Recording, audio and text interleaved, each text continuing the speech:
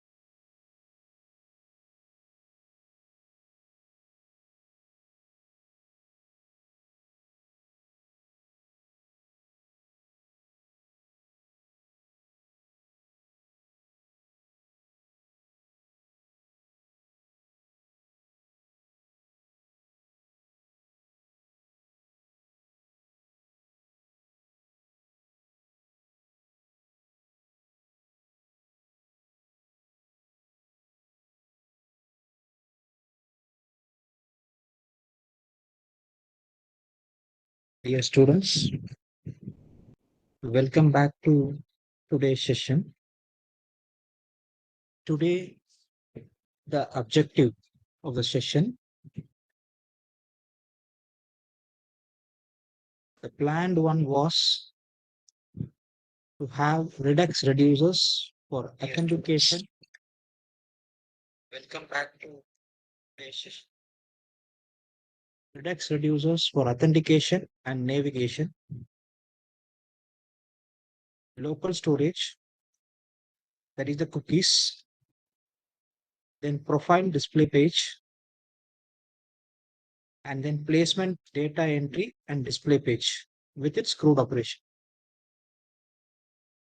So in this planned session, we already gone through Redux reducers for authentication and navigation with local storages. So this too is been completed. Currently, we will have objective starting from here. We will have a profile display page and we will have a placement data entry and display page.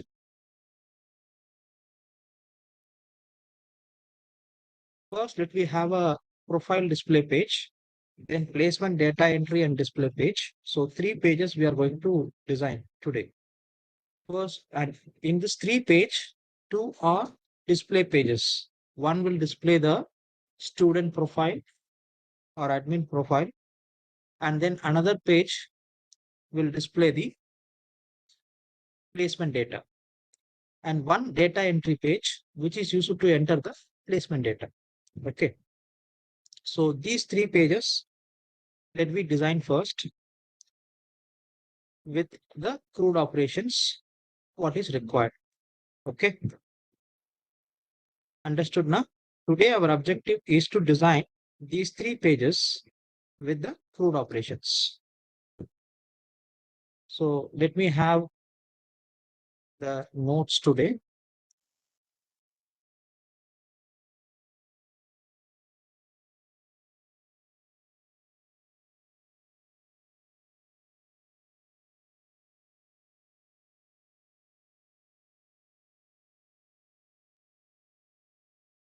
Objective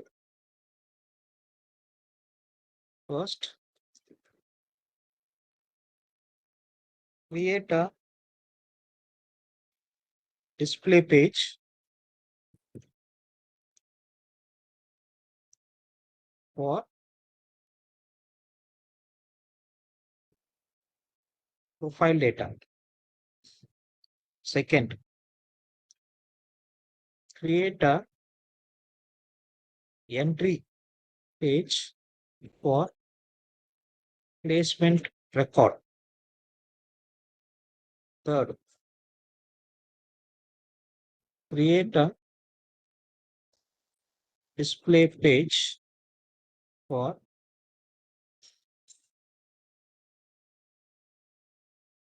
placement record. So these 3 pages we will start to do. We will start with profile data display page. So where do you create this page, profile data display page, in client or server?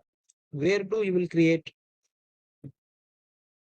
We'll be creating this display page in client or server. Where do you will create? You'll be creating these pages in client. Okay. In the client side, you need to create. So where you will create? You have to create under SRC components. Then the page name. Page name is like what we can have profile. Profile.js. Let me create this page. Okay. So first step is create the page.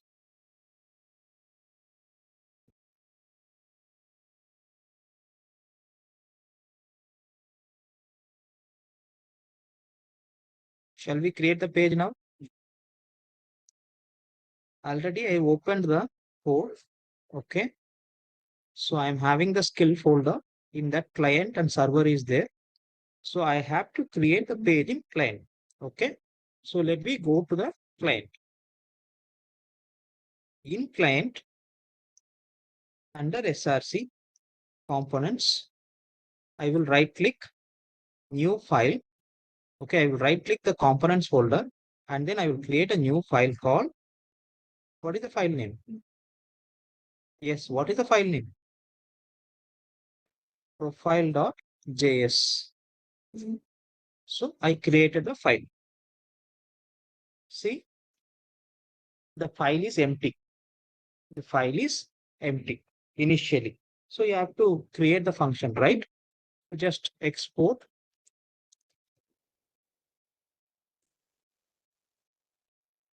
default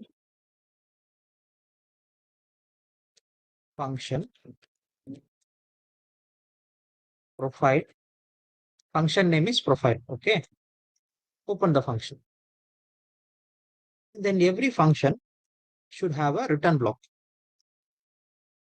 Return, not mandatorily. Okay. If you have a return block, whatever you are returning, that you can able to display in app.js. Okay, in the output, right? So whatever I'm returning, that I can able to display in the browser window. Okay, wow. Without return block, see, for example, I'm writing something above the return block here. Okay, here I'm writing something. Whatever I'm writing here cannot be displayed in the browser window. Okay, this is JavaScript. This is JavaScript. Whatever I'm writing above the return is a JavaScript. So suppose if I'm writing something inside the return like this is HTML. Okay, Jax HTML. So here, whatever I am returning, it can be used to display in a browser window. Okay, my objective is to do what? I want to display profile data, like whoever registered, I want to display their data. Okay, password I don't want to display, but I will display admin, student, okay, their username, their email ID, those things I will display. So how to display? You have to display in the browser window only, na? Browser window only, na? That means you have to display within this return block. Okay, you have to achieve the data within this return block. Okay, now what is required to me? You say you created the function. Then what is required to me? What is required? See, function is created. Okay, function created with the return block. Okay, now what is required to me?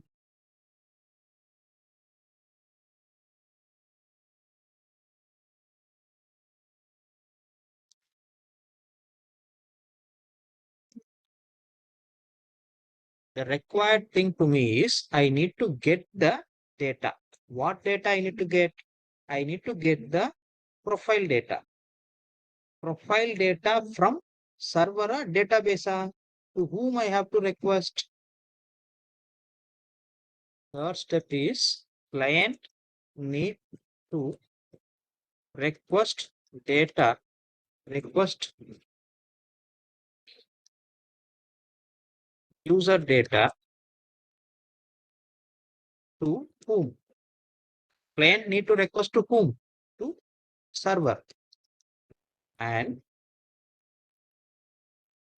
from server, okay, that we will have separate. Client need to request the data to server. So how do it request the data? With the help of Obvious package. Okay, then server side.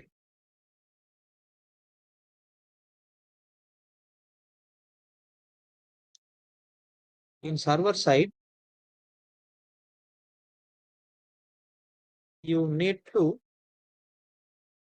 receive the request from client and get the data from MongoDB. Okay. Return back the data from return back the data to whom? Client. Okay. So that returned back data, you have to receive it in the client. Okay. Step number 4 in client. Get the data returned back from the server. Okay. You need to get the data which is from the server because you requested, right? You are getting back the data. Then fifth step, loop the list because you will get list of users now. Loop the list of users inside the return block with the help of map function. Okay, why I am looping inside the return block? Can you think and say why I am looping inside the return block? Because when I am looping inside the return block, then only I can able to get the data in the browser window. Because whatever I am sending in the return, that only be possible to get in the browser window. Okay. So you have to loop it inside the return block. If you loop it outside the return block, what will happen? You can loop with the for, you can loop with the while. Okay. But the thing is, you won't get the data in the browser window. You can get it in the console window, maybe, but you can't get it in the browser window. If you want to get in the browser window, then you have to loop it within the return block. If you want to loop it within the return block, you cannot use for and while and all. Okay. For loop, while loop, those loops you cannot use within the return block. You have to use map. Map is a looping function which will loop the iterated things like a list. It will loop the list. Okay. Now we are in which step? We are in the second step. Function created. What is the third step? Client need to request user data to server with the help of Auxis package. Shall we do this? Shall we do this? We need to request. Go to your function above the return block. Okay. Because Auxis is a JavaScript. You cannot write inside return block, right? So Auxis, if you want to use Auxis, you have to import Auxis as well. So above that, just type import Auxis from Auxis. Import Auxis from Auxis. Okay. Now you can say Auxis dot. You will use which method? Get, post, put, patch, update. Which method you will use? You need to retrieve the data. Retrieve the data means what method? Get, post, put, patch, update. Get method. Okay. Get method. See, remember, if you say, if you have a query, sir, can I retrieve the data through post method? Can I retrieve the data through post method? Answer is yes. Can I retrieve the data through delete method? Delete method. Answer is yes. But that doesn't seems to be good. Okay. So I am going with the logical thing. Get means retrieval. Post means insertion. Like sending the data. Like that. Okay. If you want to use in the other way also, you can actually.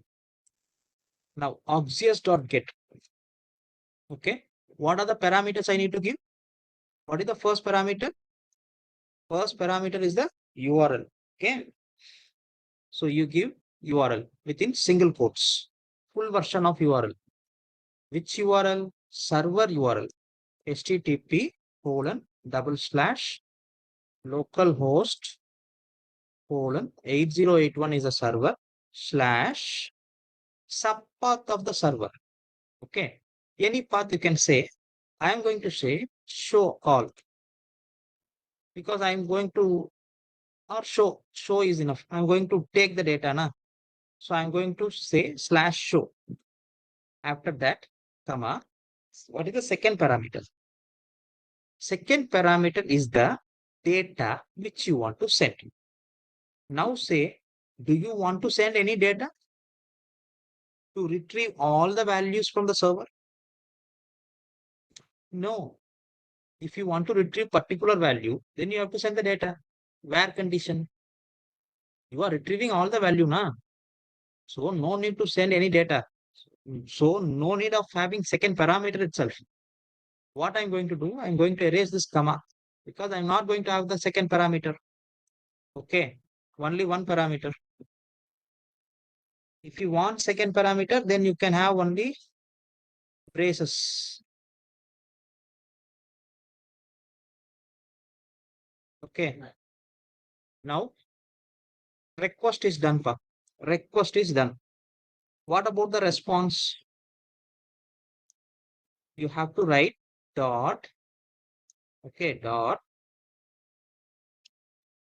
then function.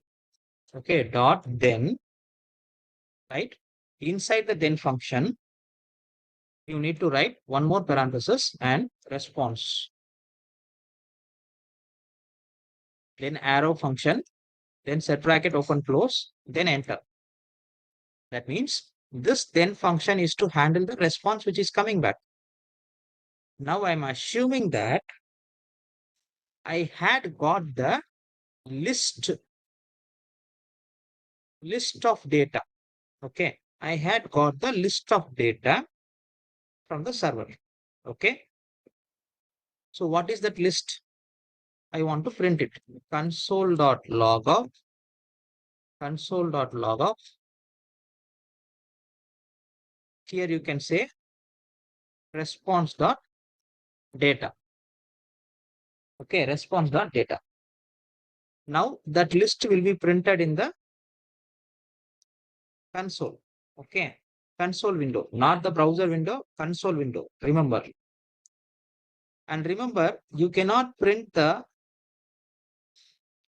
entire dictionary format directly like response.data, like directly like this. So you have to convert that to JSON format. How to convert that to JSON format? JSON.stringify. JSON.stringify of response data. Because you are getting a list of values, you are not getting single value. Okay. I want to convert that object which is coming to me to a JSON format. Then I'm printing that. Okay. Now I want to print that in this return block. How to print that response.data in the return block? First, you need to access through one variable. Okay. You need to access through one variable. So you need to have one variable now. Let me have the variable. After line number 3, let me have the variable. Here. Variable name where result, okay, equal to initially null. Okay, result is initially null. Or just I will say like empty list. Okay, empty list. Result is initially null, which is not having any data in that. Okay, empty list is there. Now, this result only I need to get the response. So how to get result equal to response dot data. Now, result will hold response dot data. Result will hold response dot data. Va? Now you see, now I'm going to loop it. Okay, how to loop it? You need to have, just I'm saying, the user data is given below. Okay, and then one BR tag, two BR tags. Okay, done. Now I need to give the data, right? So how to give the data? I want to loop it. So how to loop? You have to put braces like this. Okay. Why you want to put braces? Because you are going to write JavaScript. How to write? Result dot map. Map is a function. Okay. This map function is having inside function. One more function. Here I can say user. For example, you are having 10 users. Currently, you are in the first user. That user. Okay. This user is the current object. Okay. This user is the current object. Now equal to, that means arrow function open close, set bracket, enter. This is the map function. Okay. See, remember, I'm using set brackets like this. Set brackets like this. Okay. For the map function definition. Inside the set bracket, I need to return the value. Right? I need to return the value. Return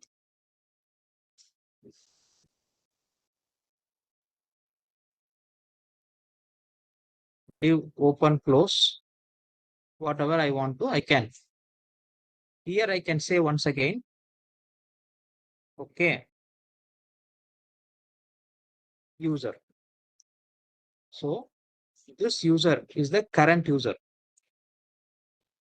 who will be printed on the window, right? Whatever you are returning, user, which will be substituted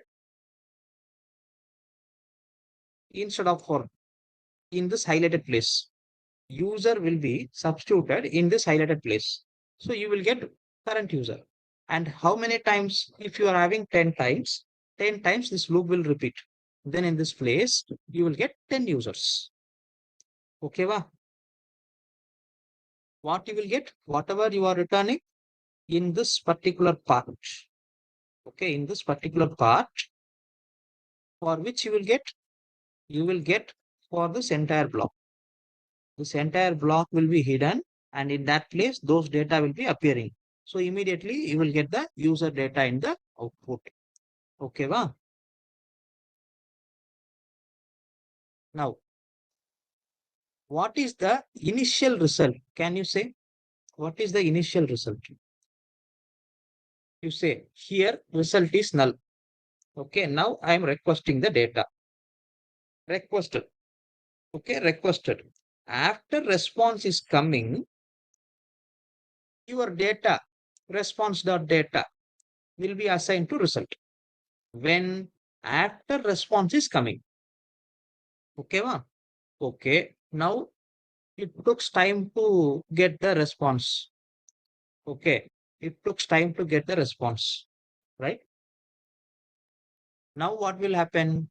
Before getting this response, right? Before getting this response, you are going to enter into the return block. In this return block, you are printing the user. What about the list first? What about the result.map? Before getting the response.data, what about the result.map? Result.map is empty. So this will not loop actually. Okay, this will not loop. So what you will get? The user data is given below. That's it. No data you will get.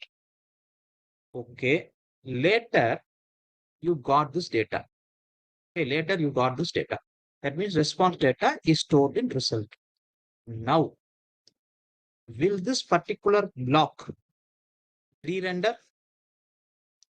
Will this particular return block re-render? That is the question. Will this particular return block will be re-rendering or not? No, because result is a simple variable. It can't be re-rendered. Okay, wow. It can't be re-rendered. If you want to re-render, what you have to do? You have to go for reducers. Correct? You have to go for reducers. Instead of going for reducer, there is one more concept. If you want to re-render only one page, if you want to re-render only one page, okay, you can go for that concept, right?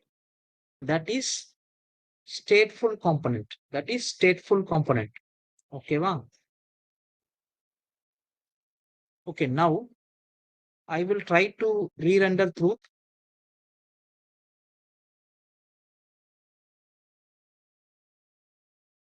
Stateful component. Okay. Instead of reducer, I will try to use stateful component. That is one more new concept. Okay. So how to make this result as a stateful component? That means that is a special variable. Okay, wow, special variable. When the variable value changes, your page will re-render. Remember, your page will re-render, not entire application. If you want to re-render entire application, it is Redux reducers. Redux reducers. If you want to re-render only the particular page, then you can use stateful component. That means you are declaring a special variable. Okay, va? Shall we declare that? So const, okay. Then square brackets, you have to say result, comma, set result. This is like a setter getter method. Okay, setter and getter method. Set result, okay, R capital equal to use state S capital. Okay, use state.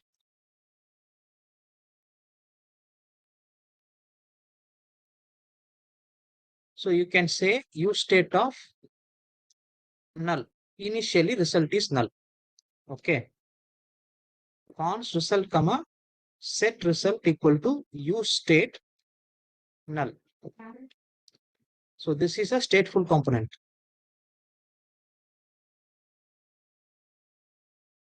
Okay.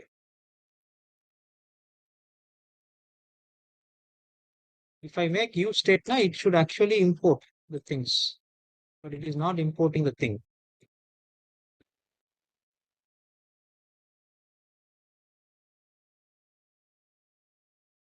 Okay, use state of null, right? Then next line, you have to set the value now. How to set the value? You should not write result equal to. Instead of that, you should write set result of, not equal to. It's a function, okay? Set result of response dot data. You are setting to this value. Okay. Then when this obvious need to work, when the result is null, that also you have to add. If result,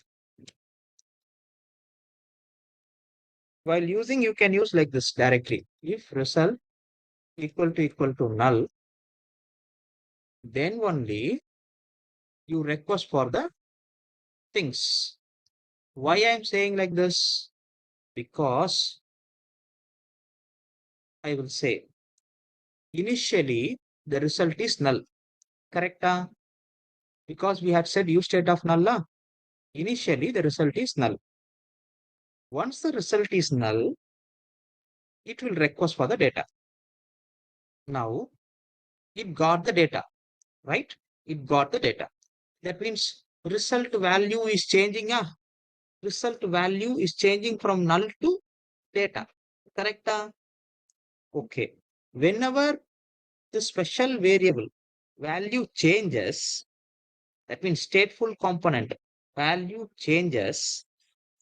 Okay. your page will re-render. That is the concept. Re-rendering means once again from the top to bottom, it will execute. While executing, once again it may execute the obvious.get request. And once again, it will change the value. And it will again re-render because it is changing the value now. So it will go on like infinity looping. You have to cut down now. That's why I made result equal to null. Only for the first time, result value will be null. For the second time while re-rendering, result will not be null. Okay, result will not be null. That means it won't come into this if condition to get the data. Understood? That is why I said result equal to null. Okay. Now below.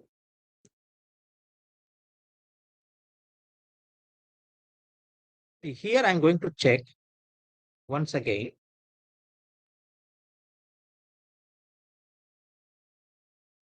If result is null, okay. If result is null, I will return different thing.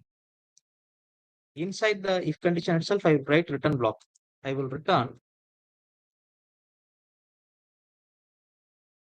another value.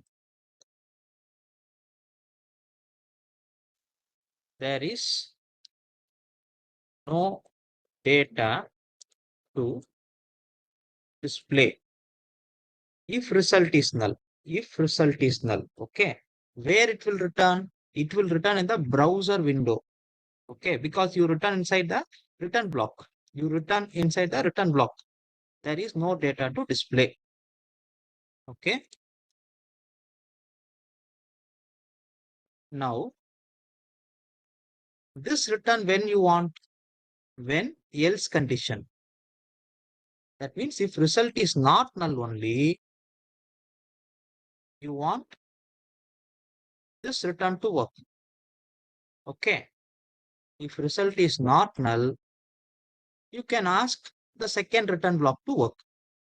That means you can loop the return, sorry, you can loop the result and then you can print the user. Okay, va? Understood what I did?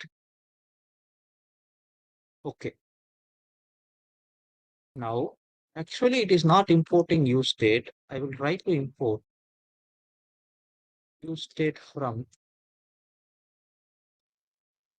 React. I will try to import. Okay, let me see.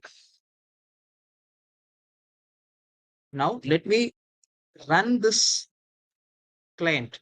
Okay, and server so that if there is any error, I will come to know. Okay, I am getting your point. Still server I haven't filled, right? For the show request to retrieve the data. Okay, that also we will do. Okay, that also we will do and then we will run.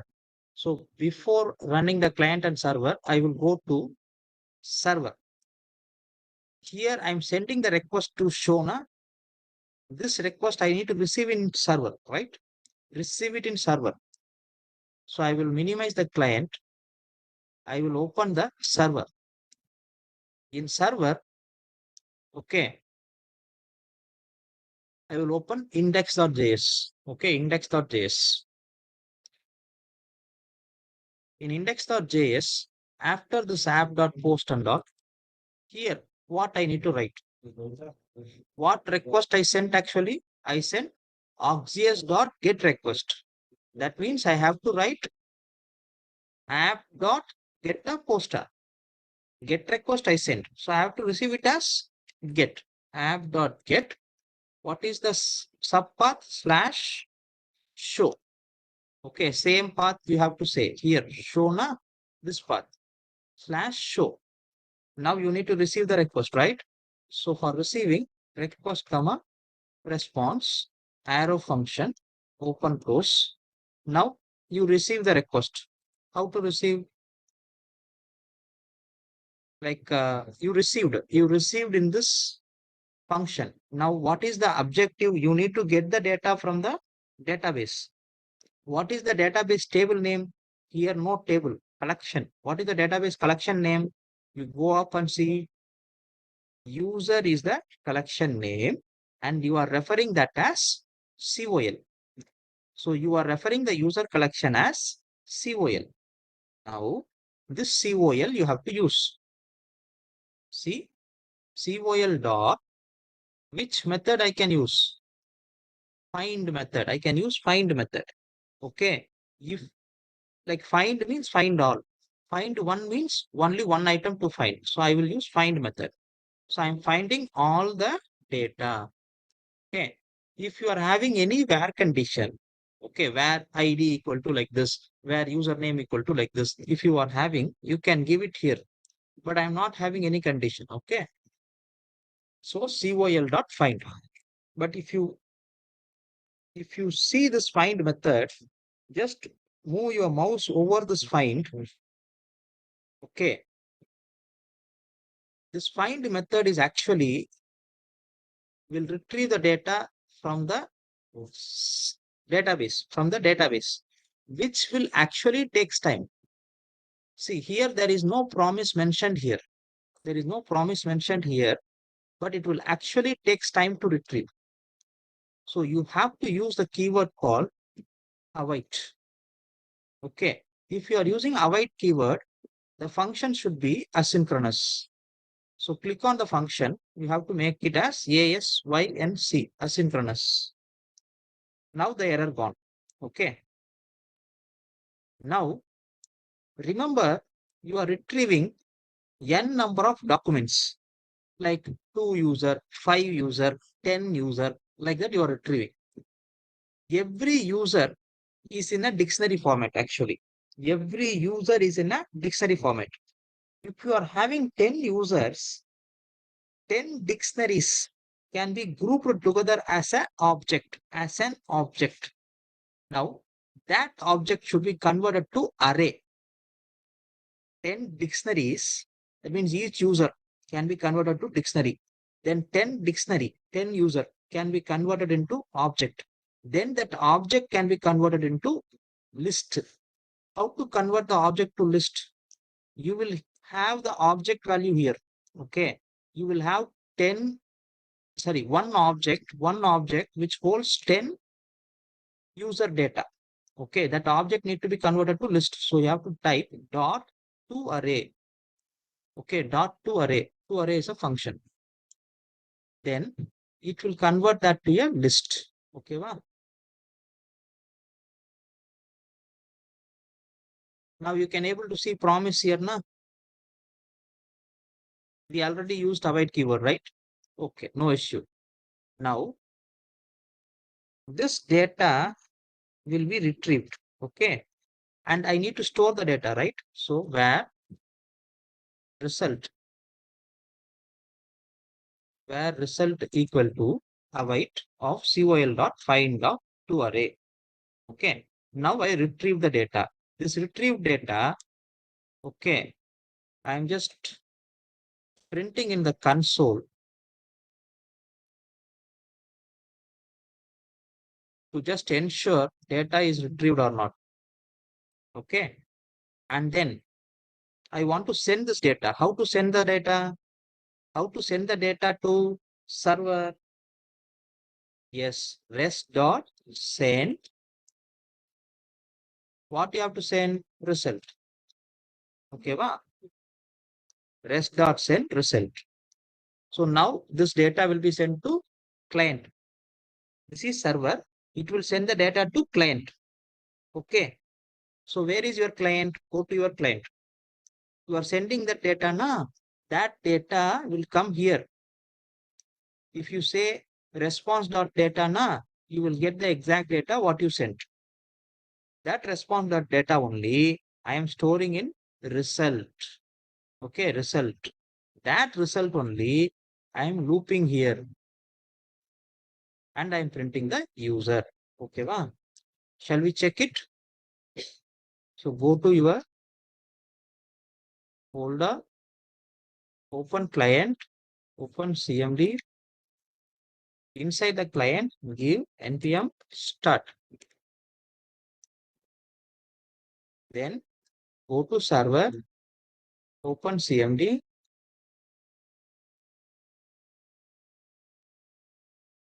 Client successfully started. Open CMD in the server. Open CMD, npm run dev. Okay. Server also successfully running. No issue. Now, see, this is the code. This one is the profile page. This profile page, I need to get the data now. I need to get the data, right? So how to get the data? Whatever you are having in your app.js in this return block. Okay, app.js return block. This one be available in the browser window. So you need to bring that profile page here. How to bring that page? See, here you are having header. After that, you are having body. In the body, you are having app bar. After the app bar, you are having page. In this page, you can bring it. How to bring it? Just look above. Here you are having page component. In the page component, you are already having a switch case. So you made one more case, double quotes, profile. Similar to the above thing, P is capital, profile. What you want to return? Return inside that div, open close, then you have to return a profile component. Okay, then you have to import the profile. You had used the profile here now, so you have to import the profile. How to import the profile? In the top, import profile from dot slash component slash profile. I imported it. Okay, wa? Now, whenever the switch case get state is profile, okay, get state nav reducer state is profile, you will get a profile page. So who will convert nav reducer state to profile? Who will convert nav reducer state to profile? While clicking this button in the app bar, you need to have a profile page. That means who will convert? App bar. Go to app bar. In the app bar, in the top, you are having pages equal to list na. In this list, login, comma, registration, comma. Instead of block, I will say profile. P capital. Okay, profile. This will change the state. Okay. Now you check it. You are getting profile here, right? Click on the profile.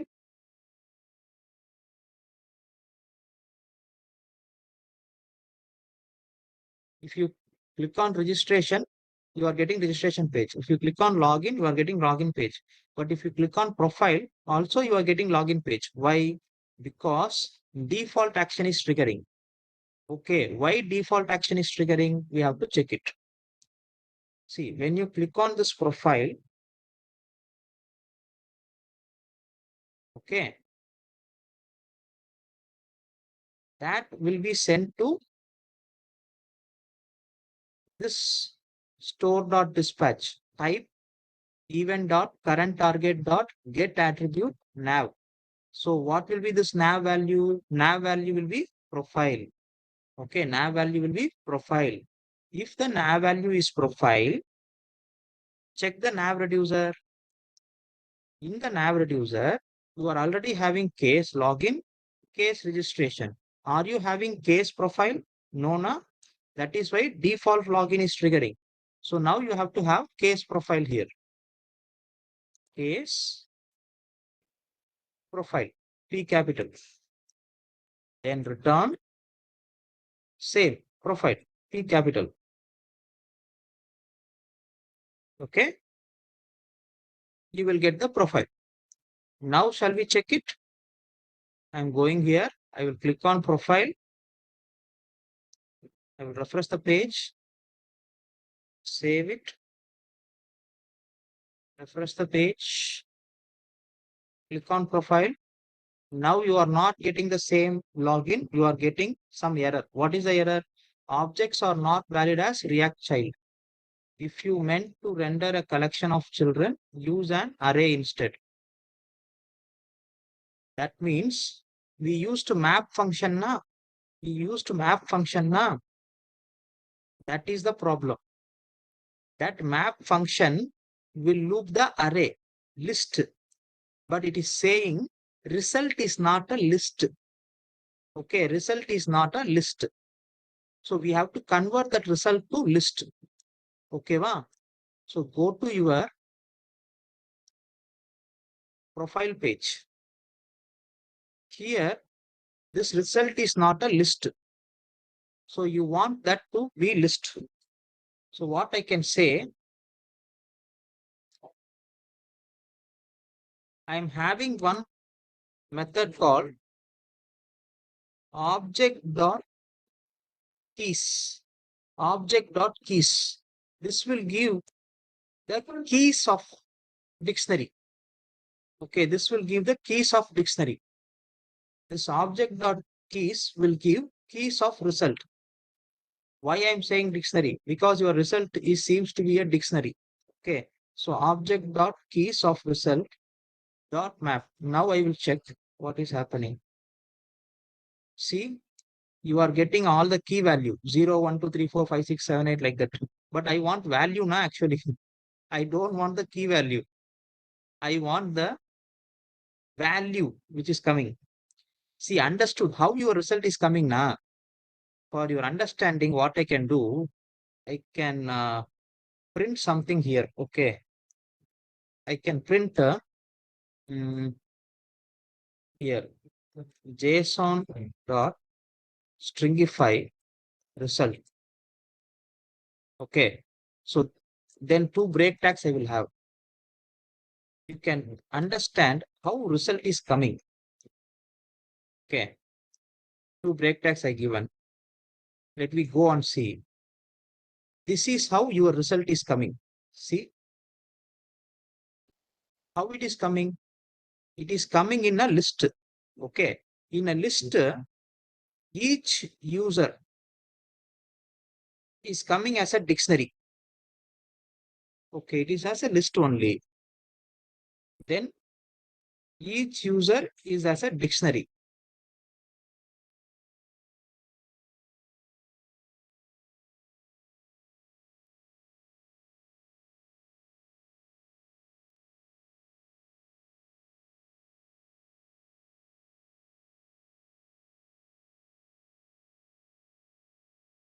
Okay, so I'm having list of dictionaries. Okay, I'm having list of dictionaries.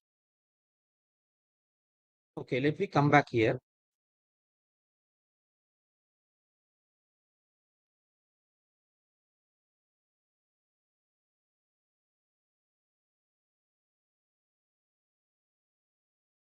The issue is I couldn't able to print the dictionary here inside.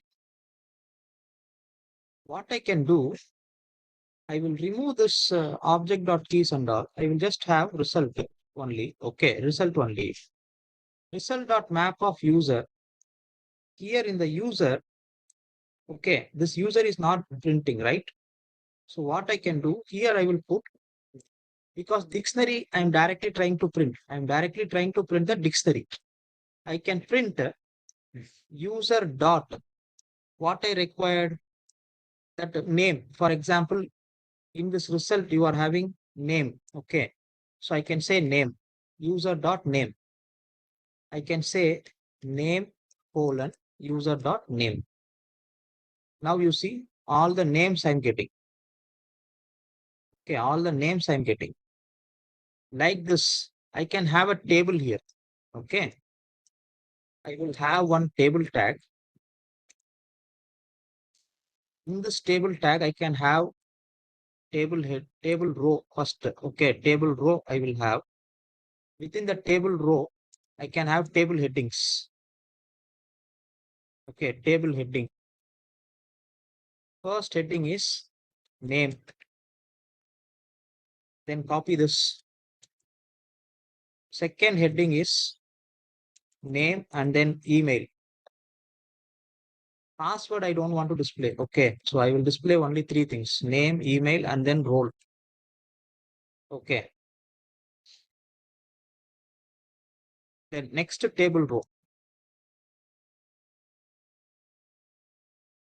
But if I make the table inside loop na, understand the complexity. See, if I make the table inside loop, every time it will loop the table also. Every time it will create the table headings. Okay, that we will see. First I will make. So table row. Okay, in the table row, what I required? TD. I required name. So how to get the name? We already printed, right? Flower brace inside. What you have to say? User is a dictionary. Dot name. Okay. Similarly, next one what I required? User dot email. Next one, user dot role. These are all database names. Okay. In database, I had stored in this name, email, role. Okay. The same name I am using. Okay. Not username. Name only I used in database. That's why I'm using name. Now you understand the complexity. Result is having 10 user. Okay. 10 times it will loop, right? Every time. Okay. Every time this table will get repeated. I want one table or 10 table. Actually, I want one table with 10 rows. 10 rows. Then, do I have to loop the table or row? I want one table with 10 rows. So, do I have to loop the table or row? I have to loop the row. Okay. So, cut the table. Cut the table opening tag to table row for heading. Okay. Cut that. And you make that one above the loop. Here. Above the loop. Understood? See, like this. I'm making that one above the loop. Then similarly, table closing tag, I'm cutting. Okay, that one I will make below the loop. Below the loop here. Now you see how many table you are having? One table. Okay. Opening table, closing. Okay. One table. How many heading row you are having? One heading row with three columns. One heading row with three columns. How many rows you are having? You are having multiple rows. Okay, multiple rows. Understood? So now you check the data in the output. See, you are getting like this. But the thing is not aligned properly. So I want to say here table border equal to 1. Border equal to 1. Now check in the output.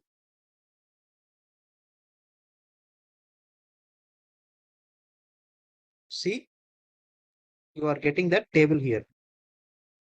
But still, it is not aligning inside the table. Okay, table is getting border, but you are not getting the data in border. Why? Table row is correct. Table data correct. Okay. Div, because of the div, you are having this div na. This one. This div you remove. Because it is making separate division actually inside the table. Inside the table, it is creating separate division. Now, I remove the div. Okay, now we will check what is happening. See now. Okay, properly aligned. Now you have the table. You want the above one, na? This one not required, na? This one we will remove. This is for testing purpose I printed, right? So I will remove this because I don't know in which format it is coming. Just I want to check it. Okay. After checking, I got a clarity. Now I will remove this. Done. Now we are having a table of data, which is coming from the client. Pakka. The user data is given below. You are having a data. Okay. This is the display page for user profile page. Okay. Did you got the same? Did you got the same?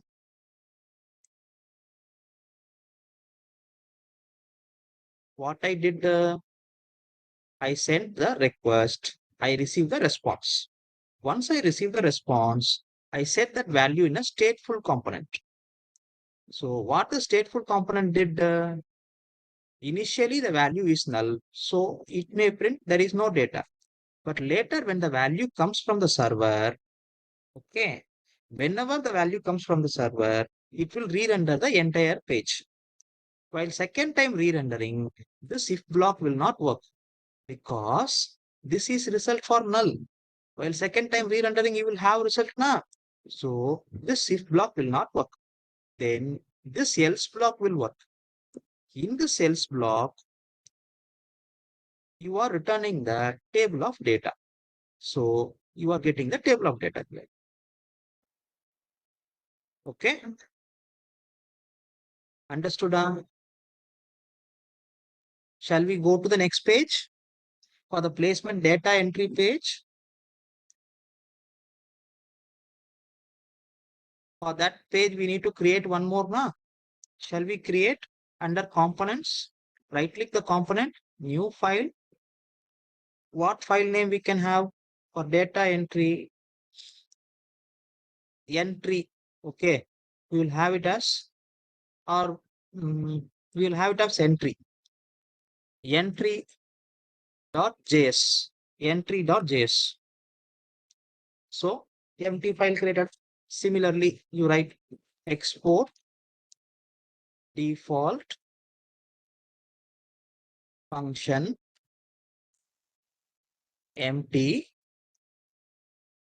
Okay, export default function empty inside one return block. Okay, inside the return block, you should have div open close. Now here what to write? You want to have one form for data entry now. So let me have that. Okay, I will have one. What are the data you want to enter? Like first data you want to enter as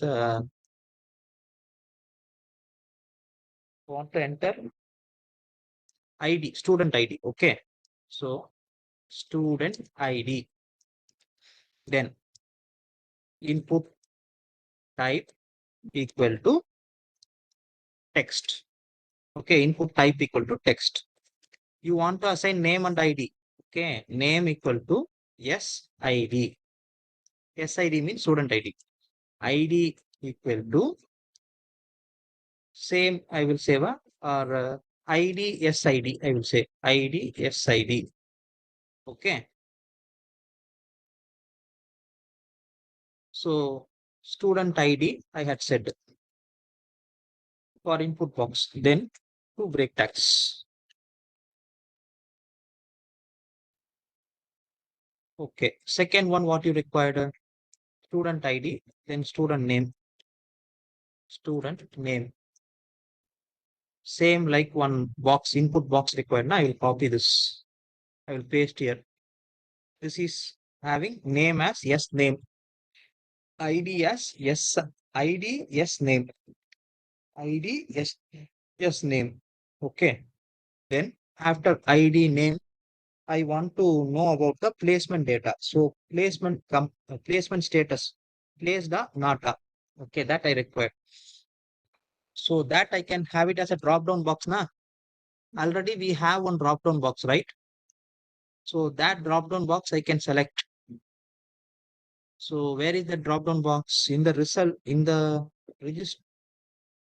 registration.js. We already created one drop down box, right? Already I created the select box. Okay, va? For role I created na. That same select box I'm taking. Okay. I will come to entry page. I will paste the select box. Right. Now the issue is select and menu item is not defined. That we have to define. How to define? In the top, you have to import. From same register page only, you go to top. You imported a menu item and select. You copy this two line. The same two line, you use it here. So now this will work. Okay. You change the ID to what ID we can have status. Placement status. So status. Label as status capital. Yes, capital. Okay. Role as status. That means name as status. ID also status. ID we can have ID status as usual. Okay. ID equal to ID status. Name equal to status. Default value 0. Then menu item in the 0 what we can give? Select placement. Select placement status. Okay. Select placement status. First one placed. It is placed. Second one not placed. Now I had value as 0, 1, 2. Instead of that, I will change the value as uh, double quotes placed and then double quotes not placed. So value is a string now. Okay, placed and not placed. Here also I will have value as select. Then I can say default value as select. Okay, everything I change it to string. So your value might be placed or not placed. Default value is select. So you will get select placement status as the default one. Okay. Now you had ID, you had name, you had a placement status. Before that, you need to say now what is that? So I can say here, what is this placement status? Placement status. Okay. Okay. Then you want the company name, correct? So company name, where you got placed. Again, same, I will copy the above one, input type text box only. Okay.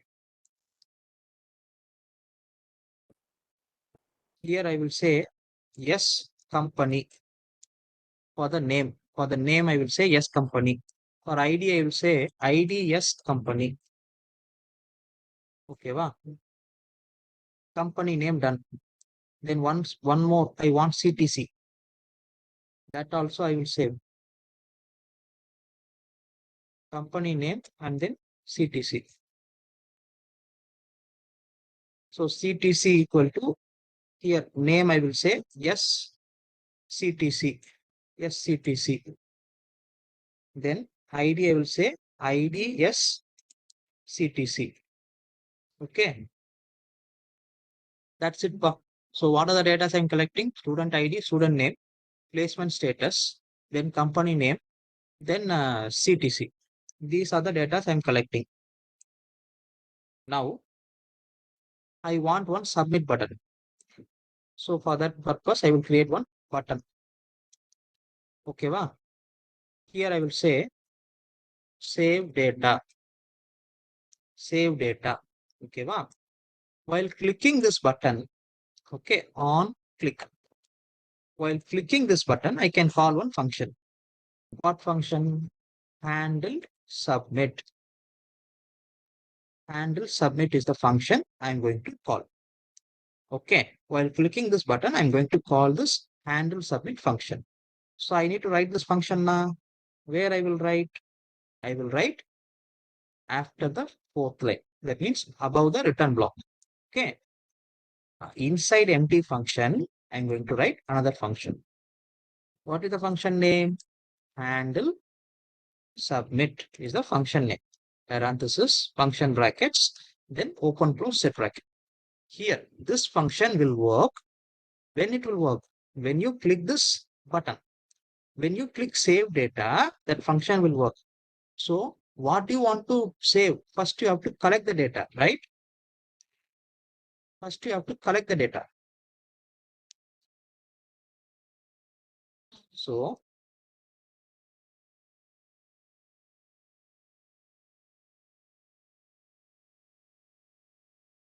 collect this data. First, collect it and print it. Console.log. Okay. Collect this data.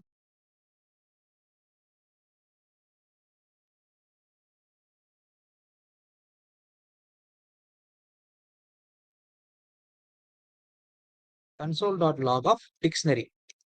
Inside the dictionary bracket,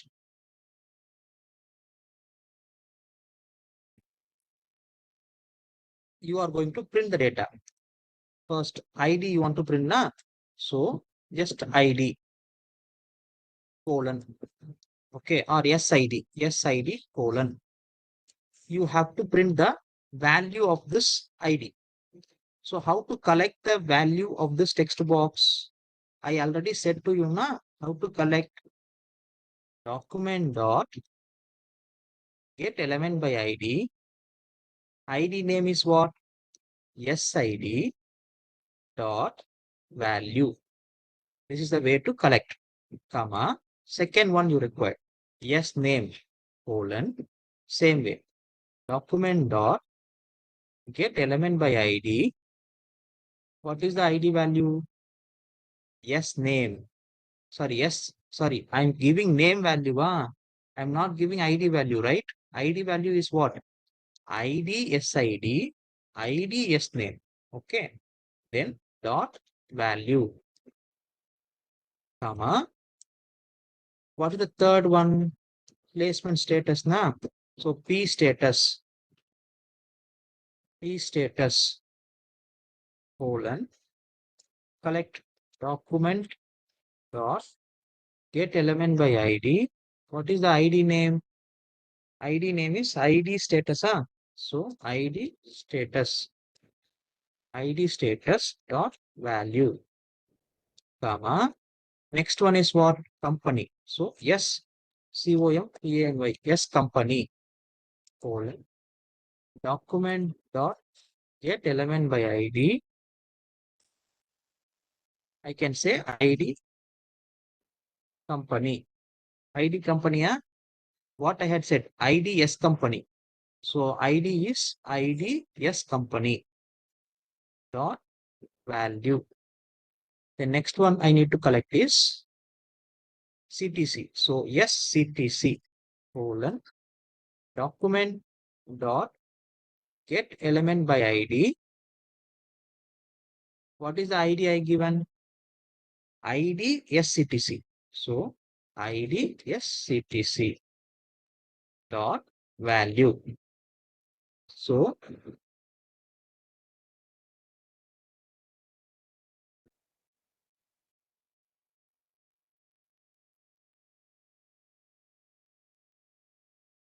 now you have SID, S name, P status, S company, and CTC.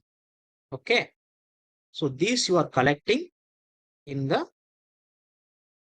console.log and you are printing the value. First, let me check whether the value is printing.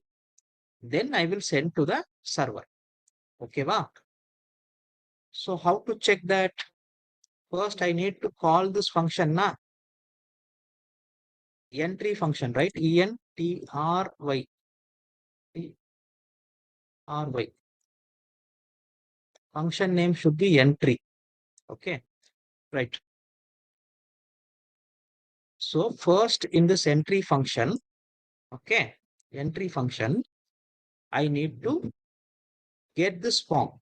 While clicking this button save data, I need to get the same in the console first.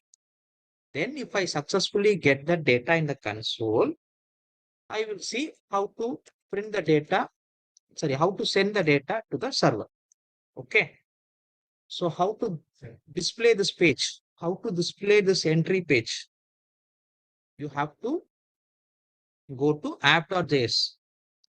In app.js, already you are having page component, correct? Inside the page component, you have to add one more case for entry.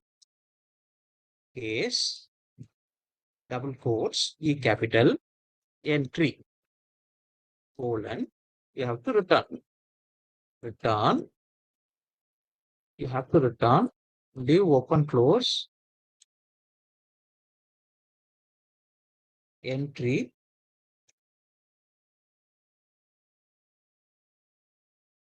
so you are having the entry, okay?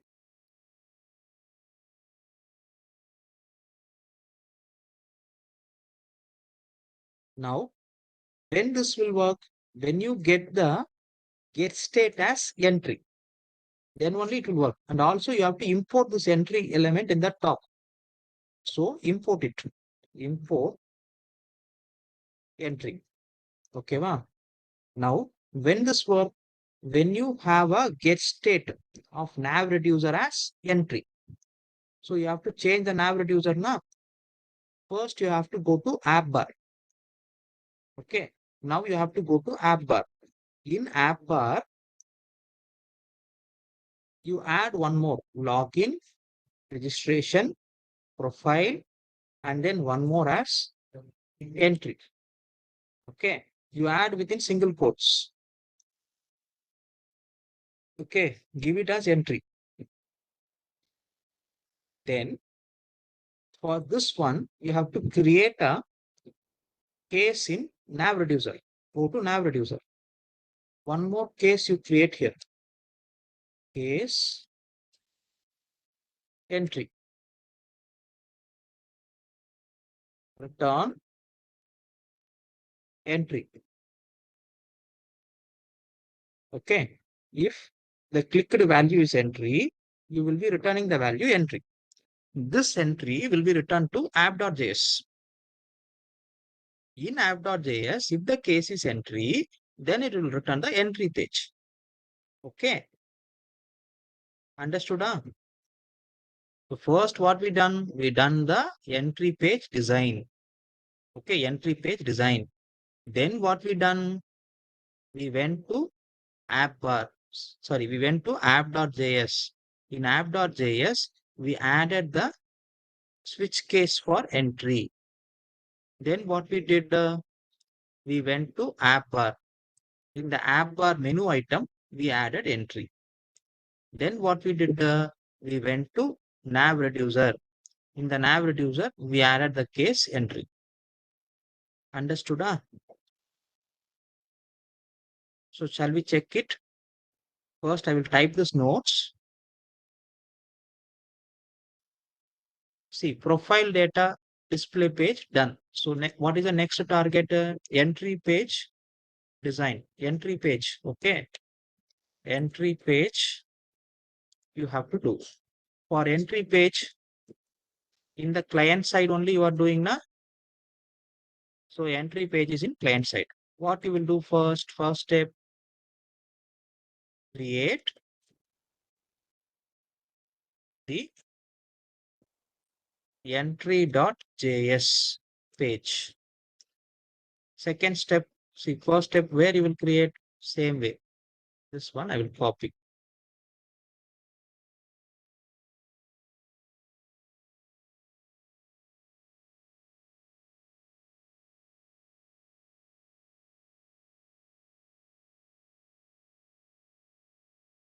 Okay, first step is create the entry page. Second step is to create the entry function with the return block. Okay. So after that, third step, design the form, design the fields. I can say fields to collect the data. Where you will design the fields inside return block. So design the fields inside return block to collect the data. Okay. Then fourth step, have a handle submit function which will work while, okay, work while clicking the save data button. So you are going to have a handle submit function which will work while clicking the save data function. Okay, save data button. Now handle submit is working. Okay, in the handle submit function, what you need to do? First, collect the data and print in console for checking purpose.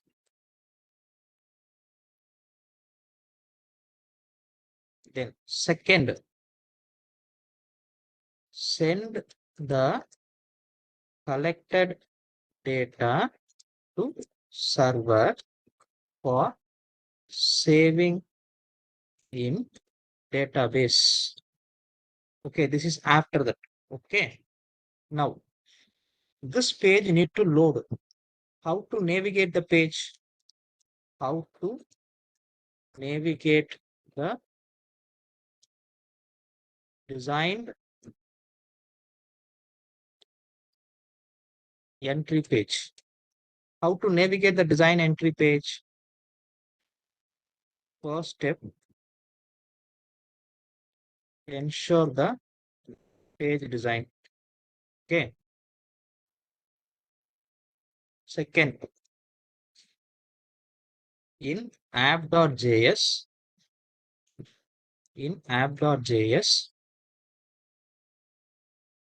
under page component, okay, add the case for entry. Okay, wow. Okay, app.js done. Then where you will do? Third step, in the app bar.js,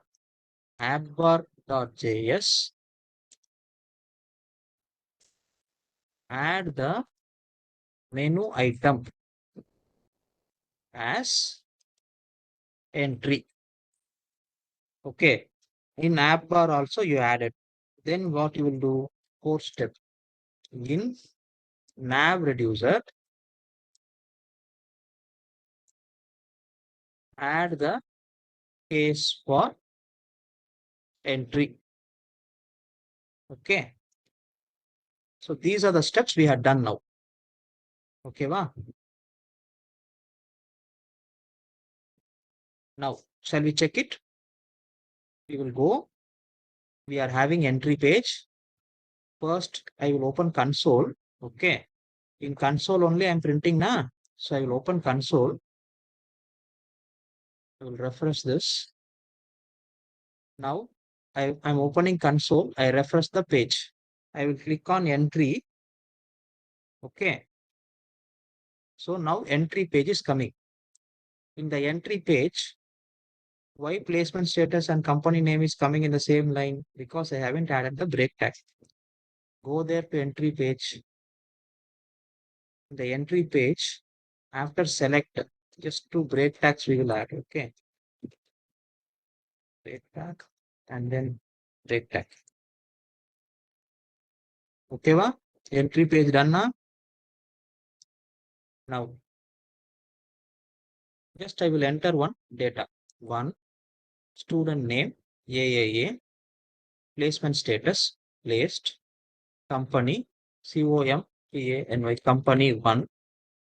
Okay, company one, CTC, I will say 8.5. Now, if I click save data, these data need to be collected and it should be printed in a console here in the right side.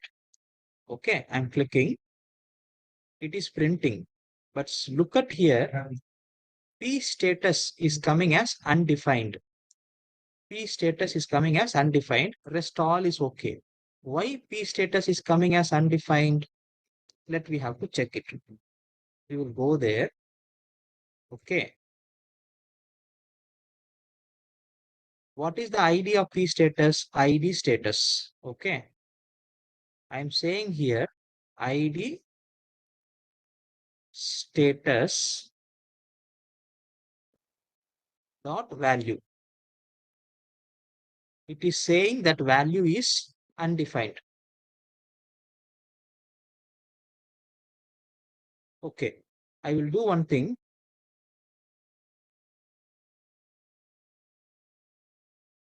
I will just make it without flower brace for placed and not placed. Okay, for placed and not placed, I will just make without flower brace. Flower brace. Okay. For select also, I will make like that. I will remove the flower braces there. Okay. Default value also, I remove the flower brace. Now let me check. Once again, I will submit the data. Now also you are getting P status as undefined. I will copy this ID name. I will use the same as here. P status. I paste, save, refresh the page, entry page.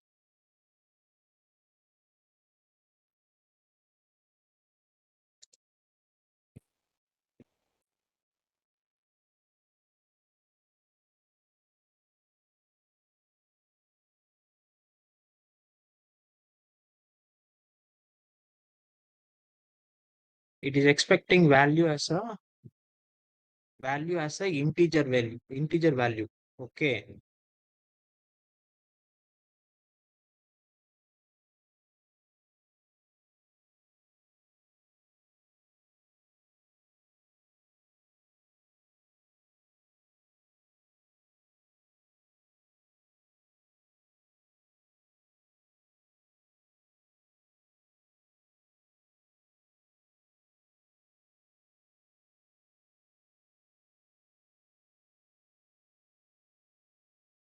Let me try with the integer one. Okay. Without wasting time, let me try quickly.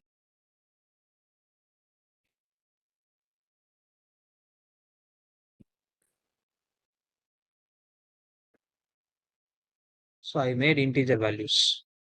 Now we will see what is happening.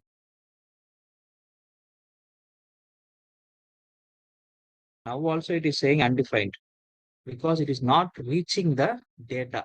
It is not reaching the data.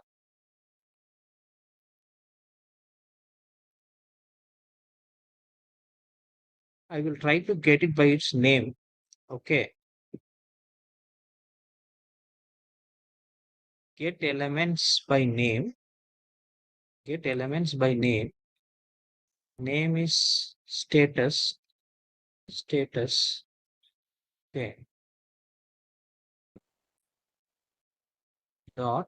Sorry. Status of 0 because first element I have to get. Dot value.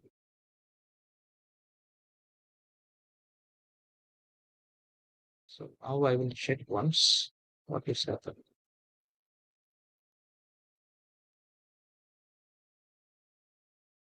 Now I get placed. P status as placed. Why I'm getting placed?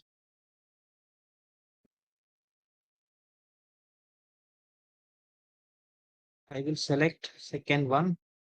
Not placed, I will select. I will save data. Now I'm getting 2. So I'm getting the value. Now there is no issue to have a string also. So I will go back to my old string, like select. Then I will have here also select.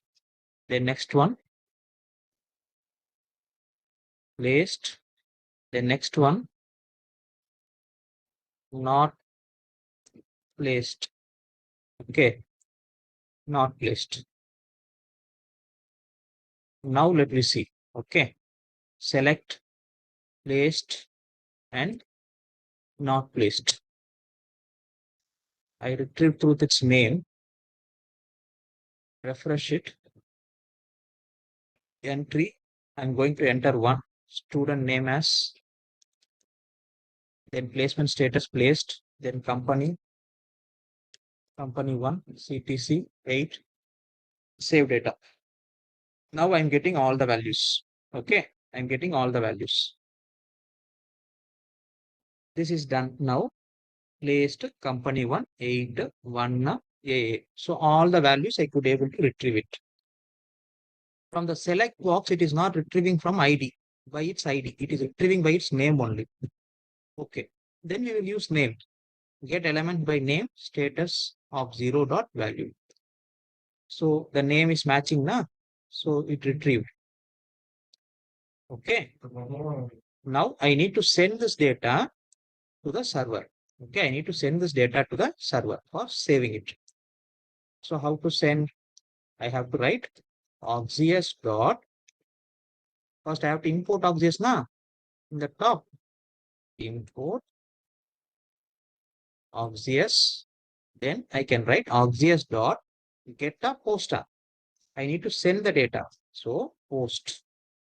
Then what is the first value? The URL. So http :/local host :8081 / subpath. I need to give the subpath. I can say subpath as entry. Okay, entry. Then first parameter done. What is your second parameter? It is actual data. So comma actual data. Actual data is, you have to put set of values. So set brackets. Set brackets. Then inside set brackets, you give enter. Now, what value you need to pass? You just copy the above console.log value and then you pass it. Same value. Understood that? I will say once again. See, the second parameter is the dictionary bracket. In the second parameter, I will give enter. I will paste the value from the console. Save it. Now, the action auxius.post is sending the data to entry. Yeah, we need to receive the data in the server, right? So go to server, servers index.js. In servers index.js, okay, already you are having code for get method to show. After that, app dot, what I need to type? Get a poster. What request you send? Post request you sent. So you have to type post. Post. What is the subpath? /entry. Entry is the subpath. Comma. Request comma response. Arrow function.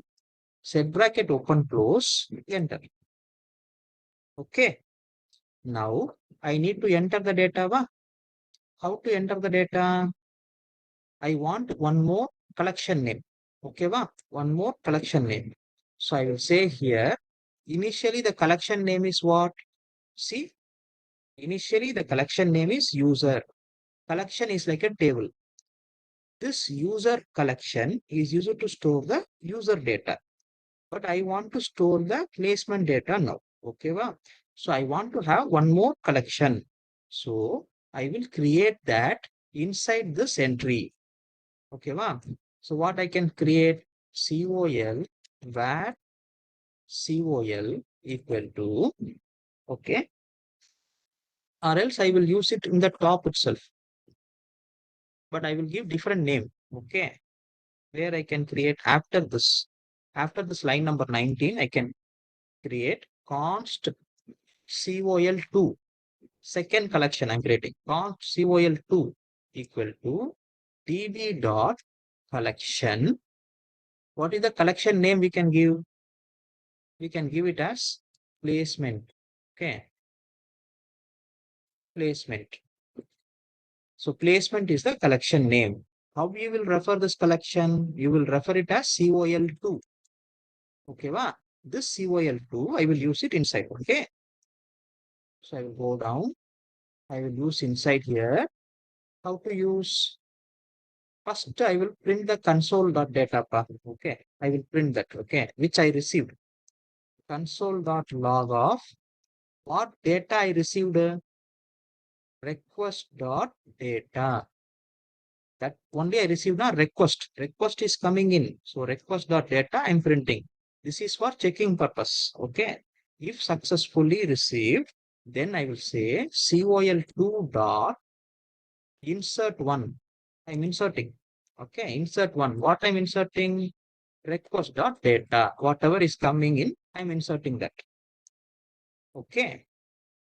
So after insertion, I will return to serve client like successfully inserted like that. So how to return? Response dot send, rest dot send inside, you can say successfully inserted, successfully inserted. Okay, va? Very simple. That's it. Okay, 3 lines. Okay, va? Done na? Done na? Shall we check the data? Whether it is successfully inserting or not? So, did you return the server? Now I will go to client. See, I will refresh the page. I will click on entry. I will give new entry as 1. Student name AAA. Placement status placed. Company name same. Company 1. Then CTC 8. I am going to click on save data. Now you will get first console.data here. Console.log data here. Okay. Then it will send the data to server. From server, it will insert into MongoDB. Then server will return inserted successful now. That will again appear in this console. Okay, wow. So shall I click it? I'm clicking it. Clicked. Now you are not getting the response here. You are not getting the response here. Why? You have to check the args.post. Args.post is in where? In your entry page. See? That is the problem. In the entry page, you sent only the request. What about the response? After the request, you have to type dot, then is a function. Okay, dot, then again open parenthesis 2 times. Then you have to say response. Okay, arrow function, then open close, set brackets, enter. You have to say console.log of response.data. Now you will get that data in the page. First, I'm just checking server running, client running, server is not running. Server is having some problem. So I will stop the server. Okay, I will rerun it. I had rerun it. Okay, because of my old launch, my server got issue. So I stopped it and I rerun it. Now you just save it and I'm going to check it now. Okay, I added this particular one, the response, the receiving of response. Okay, now I'm just going to check it same. I'm going to click on save data. Okay, I will refresh the page. I once again come to entry. I will do entry. Placed. Company 1. CPC. Something like 8.5. Save data. Okay, I'm going to click on save data. Click on save data. See, now it is saying successfully inserted. Okay, spelling mistake. Okay, but it is saying successfully inserted. Now you want to check that in MongoDB Cloud now. Open new tab, mongodb.com. I'm going.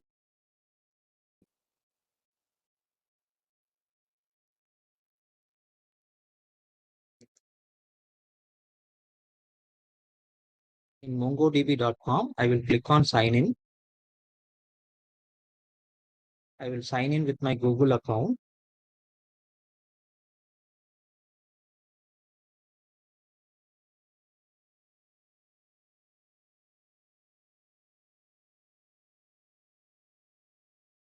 After signing in, I will click on browse collections.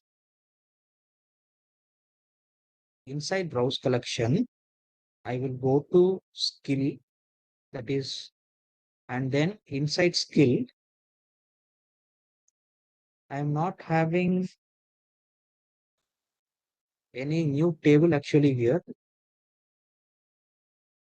My table name is placement. Okay. I should get placement table there. I will refresh the inside one.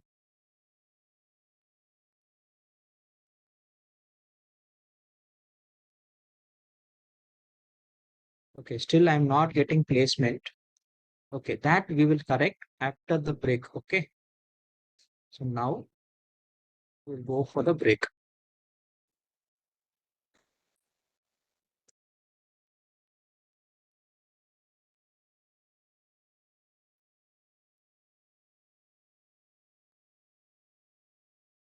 Okay. After the break, we'll meet.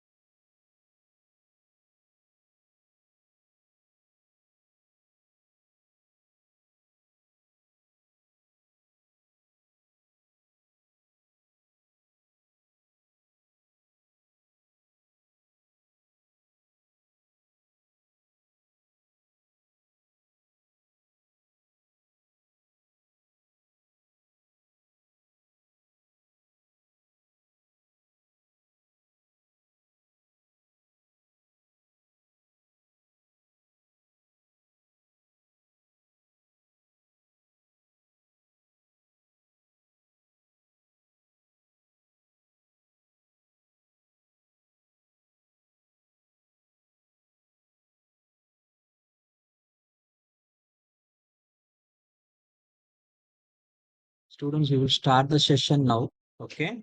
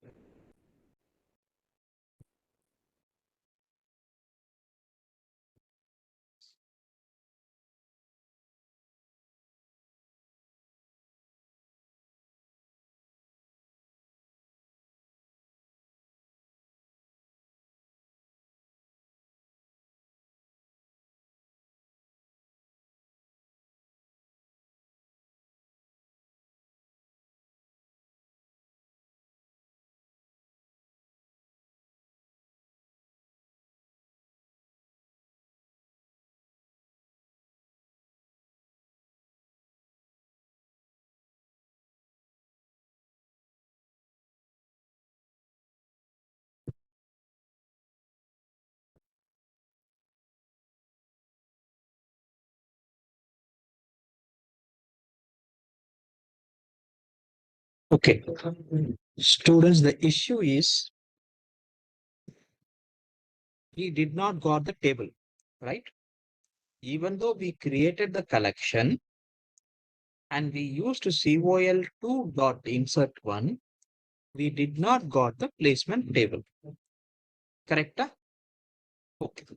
Now, what we have to check, we need to check whether our server and client is running still or not. I will check my client which is running. Okay. I will check my server.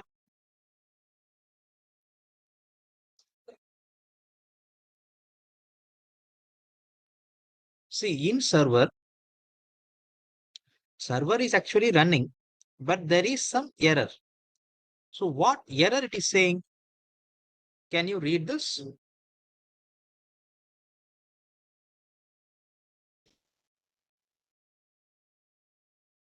Cannot read properties of undefined. Okay. Cannot read properties of undefined. Now, okay, what is undefined? Little above you see, it is printing undefined. See, it is printing undefined. So, from where this undefined is coming, go to your server code. This is your server. Okay. In line number 65, I am trying to print request.data. So this I am trying to print for checking purpose. From here only undefined is coming.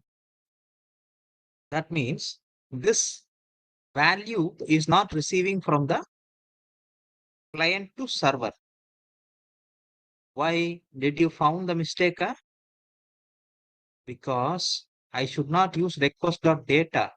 I should use request dot what I should use. You just check above, little above. I had used request dot body. Okay. So I should use request dot body instead of data. See, response dot data we are using in client. That is different. Here we have to use request dot body. Every request will have header section and body section, and that body only we have to use here.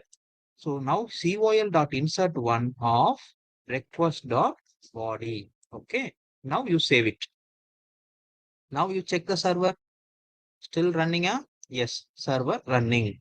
Now client, yes, running. Now I will do once again the insert. Okay. I will go. I will click on save data once again. It is saying successfully inserted.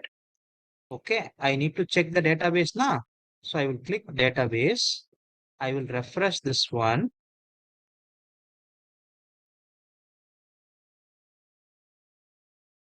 Now you see placement. The collection coming up. Click on placement.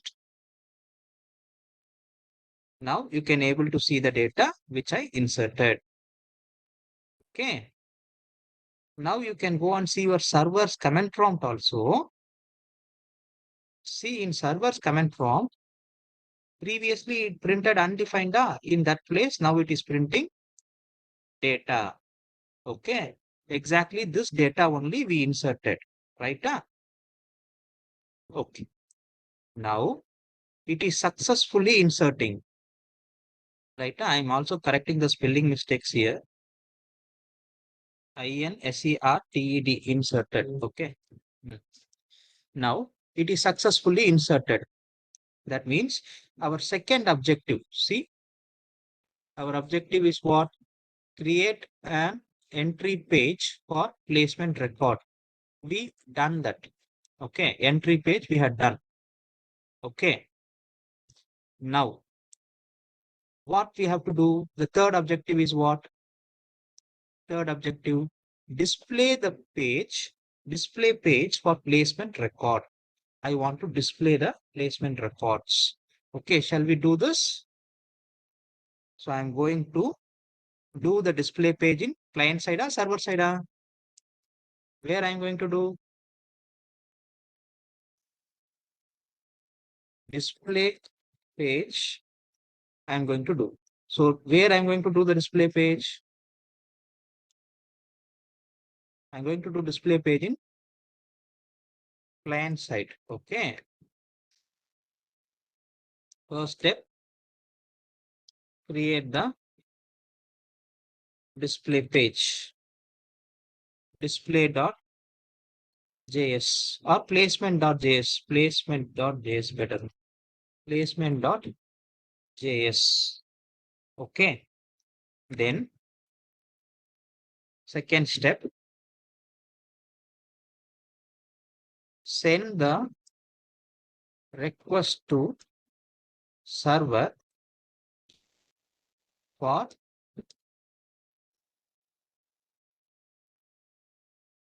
retrieving the data. Okay, I'm sending the request to the server to retrieve the data. Third step, receive the response and print it in a table form. Previously, we did not like that. So in server, what you have to do? Server side,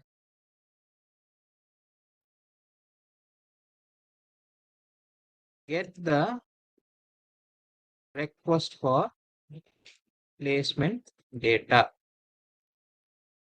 and retrieve it from database. Then respond back the result to client. So this is what you have to do in the server. Okay, wow. So shall we create a placement.js page? Okay. So I'm going to go to my client. Under components, I'm right clicking, new file, placement.js. Okay, shall we create it again? Like export default function placement. So we should have a return block. Then div inside. Right. Now, first step done. What is the first step? We create the placement.js page. Second step, send the request to server for retrieving the data. I want to send the request now. So I'm going to send it. See, I'm going to send it inside the function here. Okay. What request? Auxis request. Then I need to import Auxis. You all know many times now we had used. So I will import Auxis. Now Auxis dot which request you will send to retrieve the data. To retrieve the data, it is which request? Geta, posta, putta, patcha, deleta. Get request. So Axios dot get, then first parameter is address. So HTTP colon /localhost colon 8081 slash. So I need to retrieve the data now, placement data now. So I can say, last time I said show, this time I will say display. Okay. Display / display. Okay. So second parameter, do I want to send any data to retrieve all the placement records? Do I want to send any data? I said all na, so no data required. So I will erase this comma. Then you have to receive the response back now. So dot then function. Inside the then function, you have to put one more parenthesis and write response. Okay, response. Then arrow function. Then set brackets. Enter. Now what you will do with the response? You have to say it here. Okay. So just I'm going to print something first I will print console.log as usual for testing purpose. Okay, console.log of response.data. This is for testing purpose. Second, I need one data and that I need to populate now. So how to get the data? Last time we got in the show page now, like that special variable, like stateful component. Okay. So how to do that? Const stateful component now. So result, comma, set result. We did that in the show page, right? Why we want stateful component? Because for the first time, okay, it will display no data. For the second time, it will display full data. Okay. For the second time, it need to re-render now. For re-rendering, we are having two options. One is the regex reducer. Two is a stateful component. If you want to re-render only one page, you use the stateful component. If you want to re-render entire application, then you use the regex reducers. Okay. So now I'm going to use state of null. Initially, your result value is null. Okay, wow. So I'm going to say if result last time, if result equal to null, okay, then you send the request. Okay, wow. Then you send the request. If result equal to null, then you do this. Then what you will return? If result equal to null, return, you should have separate return block. Return inside div. Okay. The placement data is null or is not there. Okay. Now, suppose, okay, like first time, if result is null, okay, now it is entering into this and it is getting the result. After getting the result, you need to save the result now. For that purpose, you are entering here set result of what you have to set as a result. What you have to set? Response dot data. Whichever you receive, you are setting as a result value. And you are setting the value now. That means you are changing the result value.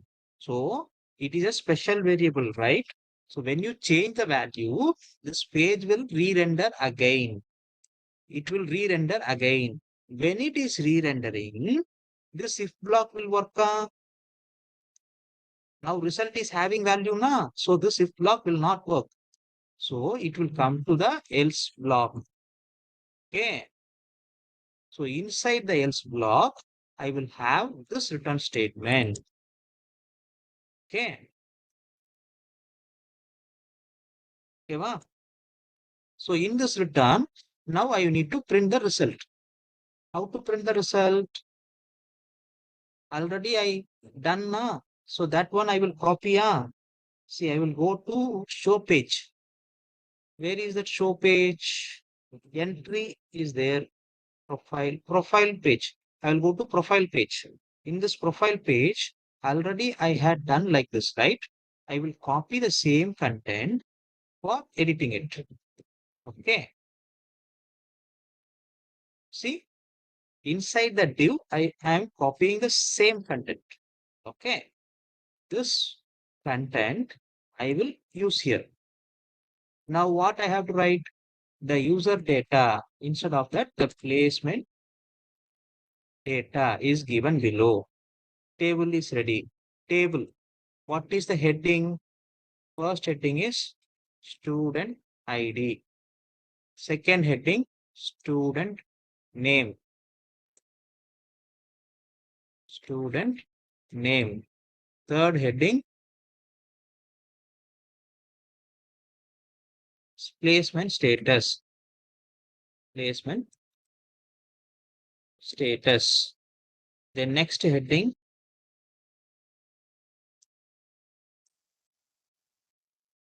company name.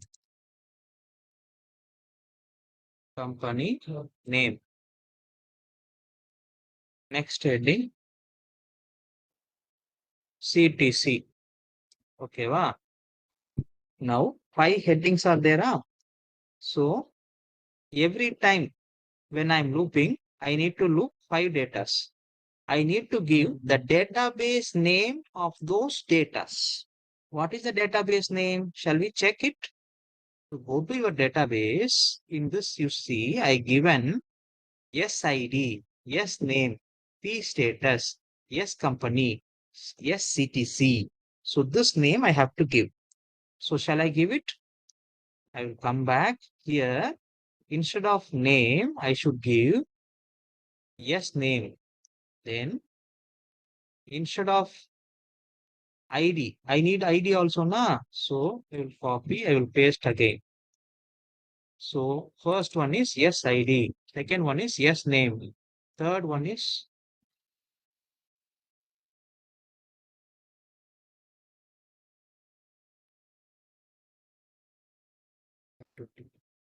twenty, 520. So next one is yes ID, yes name. Then what is the next one? P status, right? So P status, P status. Then next one, yes company and yes CTC. Yes company and then one more is yes CTC. Okay, wow. So these 5 I want to print. Okay. Then I'm closing the return of the loop, then closing the table, then closing the return of else block. Okay. Now let me check what is happening. I had given display now to args.get.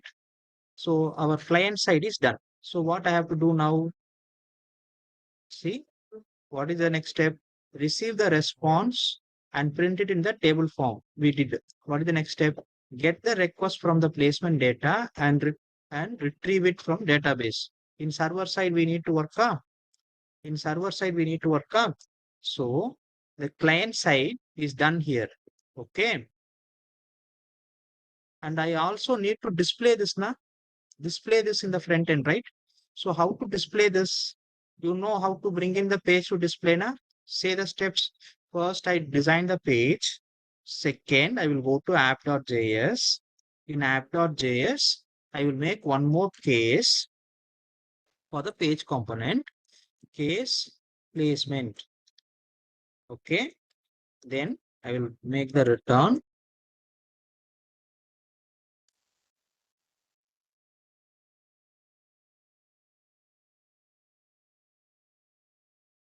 So placement,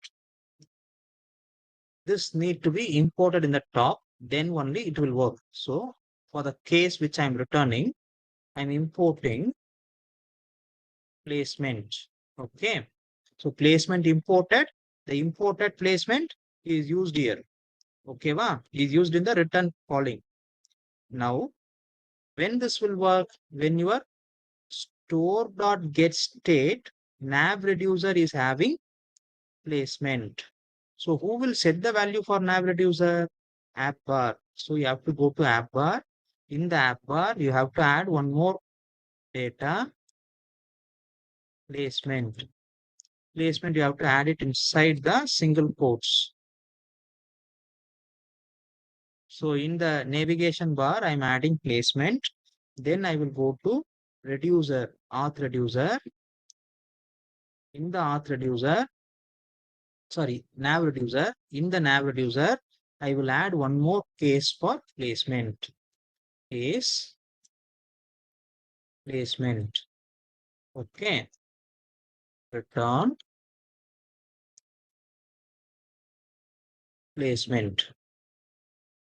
Understood? So 4 steps is it is. I will show those 4 steps to you.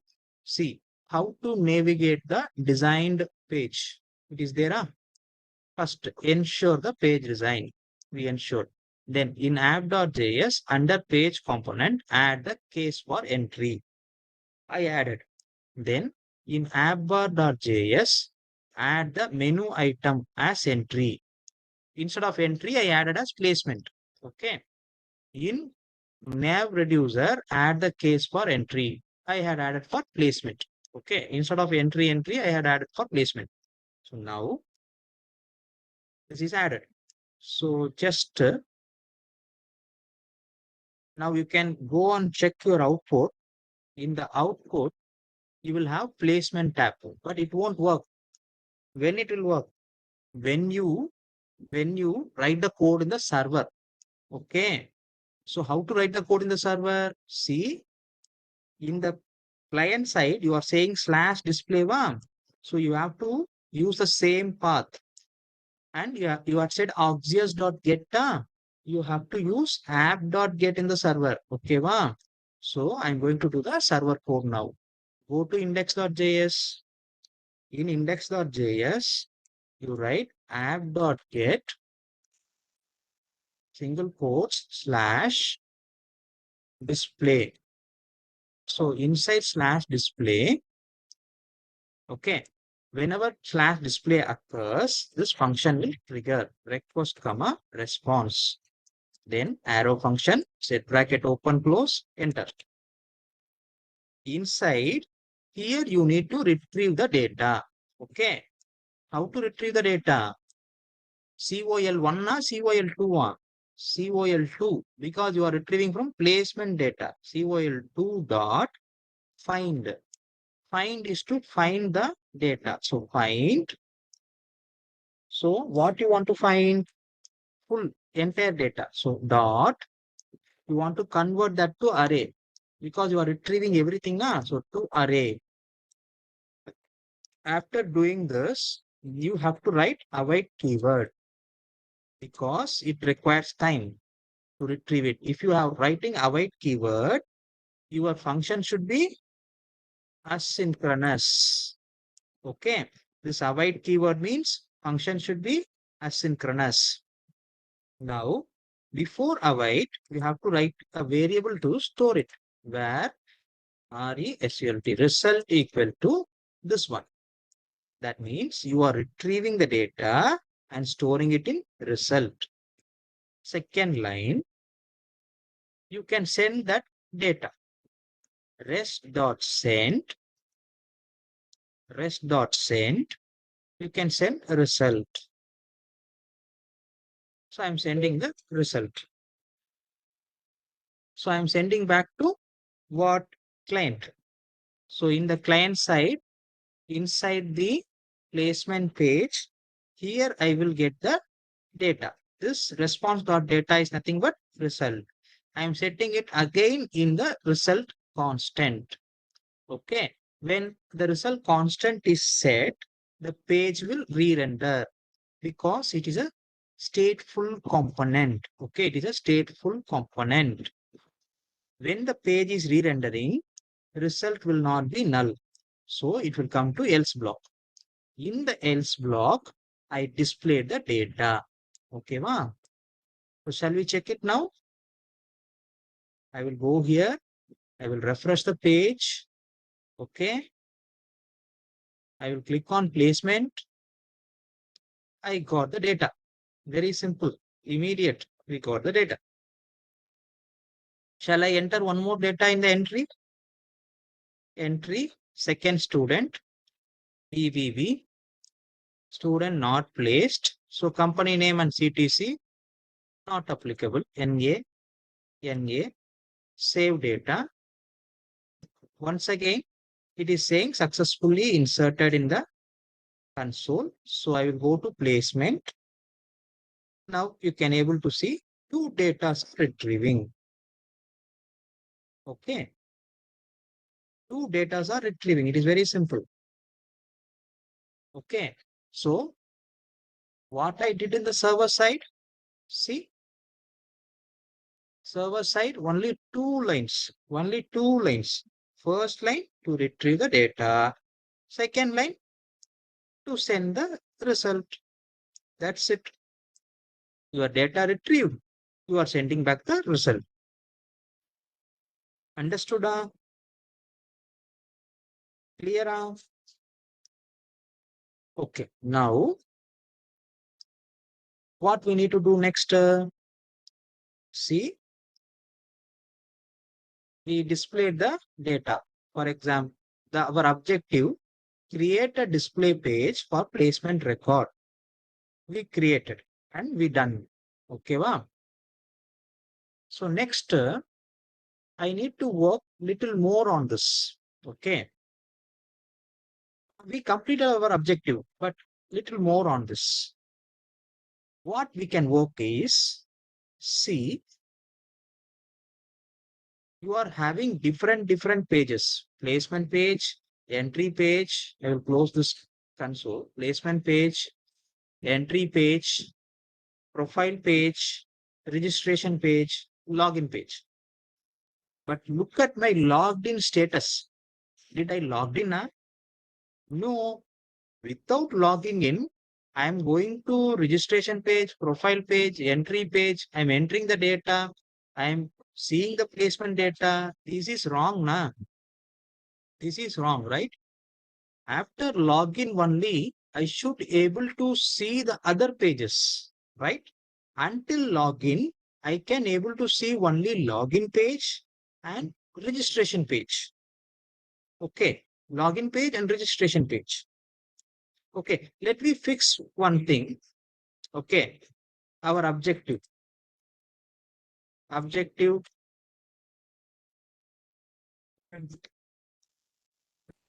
2. Okay, let me fix this. What is the objective? First, after login only, what are the pages you want to access? Profile, entry, and placement. Okay. After login only,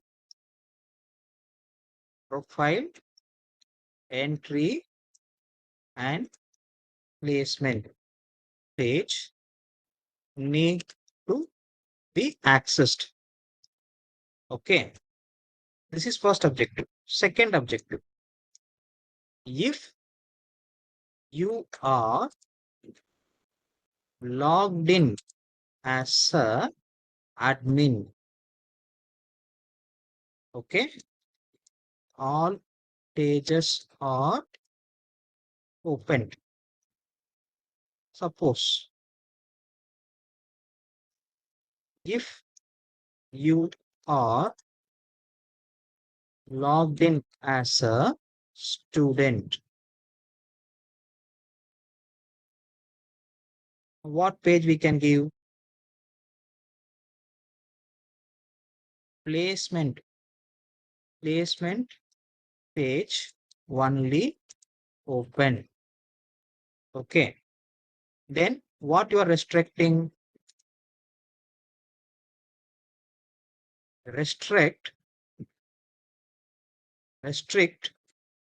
What are the pages you want to restrict? You want to restrict profile and entry page. Profile and entry page. But what about login and registration? You can allow for everyone. Okay. So what I can say, if you are logged in as a student, login, registration and placement page only open. Only should open. Restrict profile and entry page access. So this is our second goal. Okay. First objective, after login only these three pages should access. Okay. Without login, what you can give? Okay. Without login,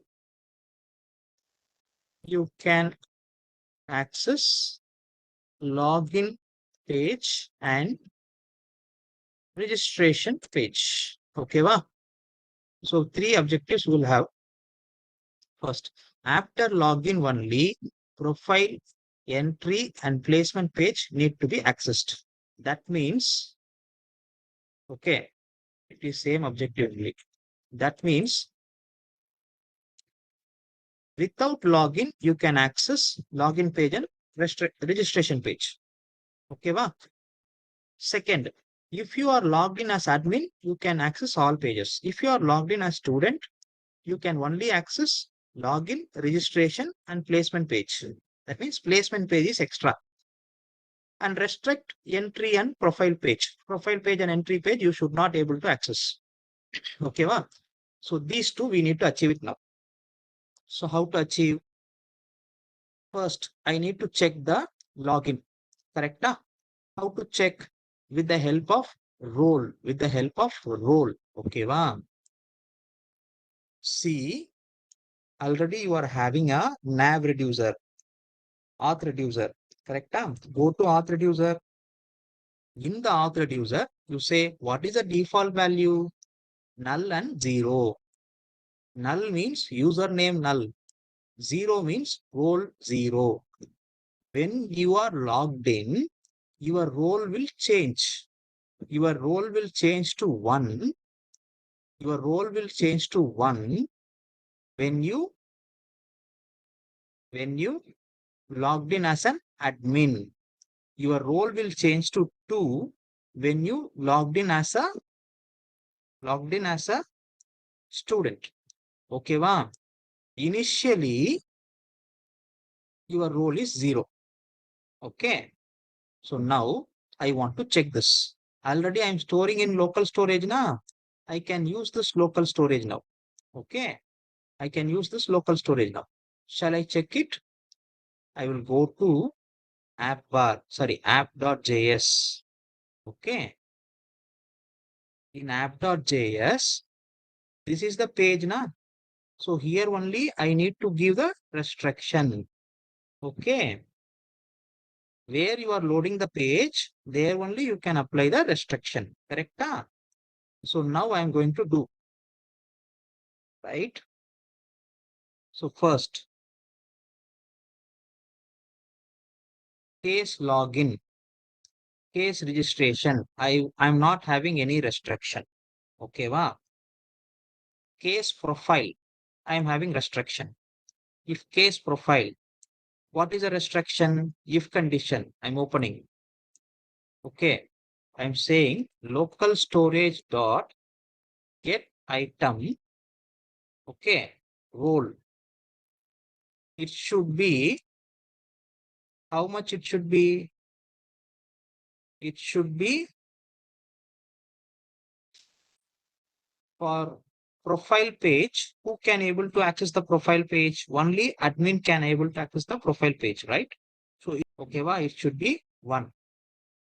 Local storage dot get item, role should be 1. If role is 1, Then you allow the return block. Okay. No brackets. That means next line, it will automatically take. Okay. Wow. Then entry page. Entry page also who can access if local storage dot get item. Okay. Role. Who can able to access? Role equal to 1.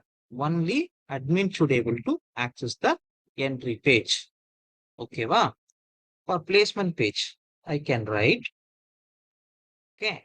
For placement page, I can write if local storage dot get item role equal to 1 for admin or okay. How will you put R symbol? You can put like this or local storage dot get item role okay equal to 2. 1 for admin or 2 for student. Either you might be admin or student, you can able to access this page. But role equal to 0, you can access a 0 means not logged in. You cannot able to access this page. Suppose, okay, this is not possible. Okay. For example, you are not logged in as a admin, but you are trying to access the profile page. In that sense, you want to get one error page na. Error page na. So for that purpose, I am writing else here. Else, okay, return. Okay, I'm going to return error page. Error.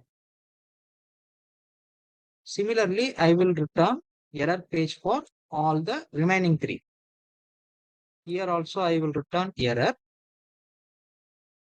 Okay.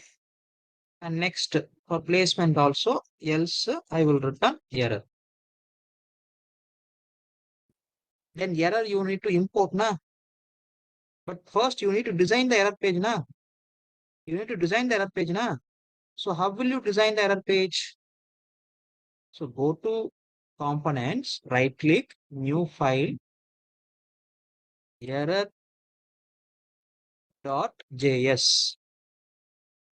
As usual. Okay, export default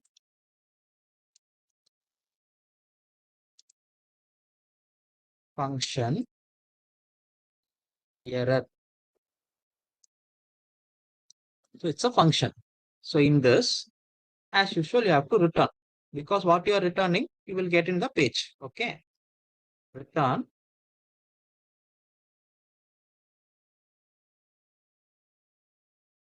So you just say you are not logged in as a permitted user. You are not logged in. You are not logged in as a permitted user. This is the error page. Okay. So now error page done. Now go to app.js. You can import the error page in the top. Import error. Okay, error page is imported. That error page only I had used in else. Okay, va? Shall we check it now? What is happening? Now I will go on refresh the application. I am in login page. If I click registration page, okay, it is giving me registration page. Pakka. If I click profile page, I had not logged in. Correct? So profile page should not open. I'm clicking login. Sorry, profile. See, it is showing me you are not logged in as a permitted user. Entry page, no, same. Placement page, same. Correctly working. See, First, I click profile page. What is your local storage dot get item? Role value is 0. Okay. That means it is not 1. Okay, va? It is not 1. So, if it is not 1, your profile page will display va? No, error page will display. Similarly, for all other pages, it worked. Now, I need to log in. Okay, va? So, I will log in. Yesterday, what I used to log in, that I don't know. So, I have to check it. I used, I think, XYZ, correct? I will go to login. I will give XYZ, XYZ.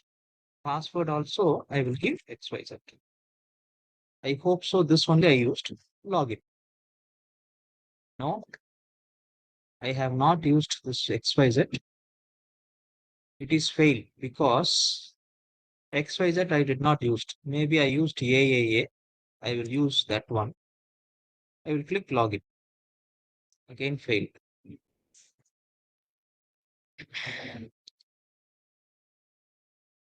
So what data I used?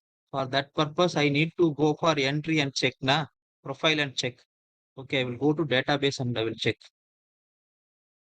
I will go to user. Okay, what data I am having? I will check encrypted data. I need to check for the encrypted data. So encrypted data, I am having capital XYZ one. Or I will register one new one that is better. I will go and I will register BBB. Select user admin. Email BBB. Password BBB. So sign up. Data received. So BBB is the admin. Okay, va? I will register one student also. Student is yes, yes, yes. Okay. Admin, no. Student. Email, yes, yes, yes. Password, yes, yes, yes. Okay. Sign up. I registered one admin and one student. Admin is BBB. Student is yes, yes, yes. So now I will do login. Okay. Here I will use, BBB admin. Password BBB. I will click login. See, I logged in successful. How I am saying login successful? I got B in the avatar circle. Avatar circle, I got D. Okay, va? Now I will click registration page. Opening opening. I will click profile page. Profile page opening. I will click entry page. Opening. Okay, va? I will close the console. It is entry page opening. Placement page. Every page is opening for admin. Okay. Now I will do logout. Okay. I will do logout. Now we gonna. Now click profile page, not open. Entry page, placement page, nothing opening. Now I will log in as student. Username as yes, yes, yes. Password as yes, yes, yes. Then click on login. Now you logged in as student. How I'm saying in the avatar, it is showing you yes symbol. Now you click registration, opening. You click profile, profile student can open a no, na, not opening. You are not logged in as a permitted user. Entry page also student cannot open. So no, not opening. But placement page they can open now. So click placement page. Yes, you are getting the data. So exactly you are getting the page for which you are permitted. Okay. And registration and login is a common page. You log out now as a student. Okay. Got it? Right? Now, what is our objective? We set. See, after login only, you need to access the profile entry and placement page. Yes, exactly. If you are logged in as admin, all pages should open. Yes. If you are logged in as student, only you can open login, registration and placement page. Restrict profile and entry page. Yes, exactly. We had did this. We completed this. Okay. Now, next, suppose, for example, what I can say,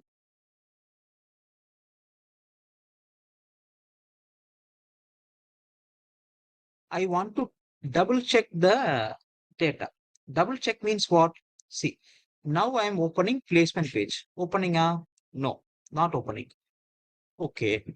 If I log in as a student, my placement page will get open. Correct? Yes. My placement page will get open. This you are checking in a client side. This you are checking in a client side. Okay.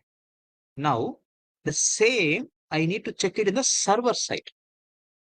Okay. Only logged in user can raise the request to the server. Okay.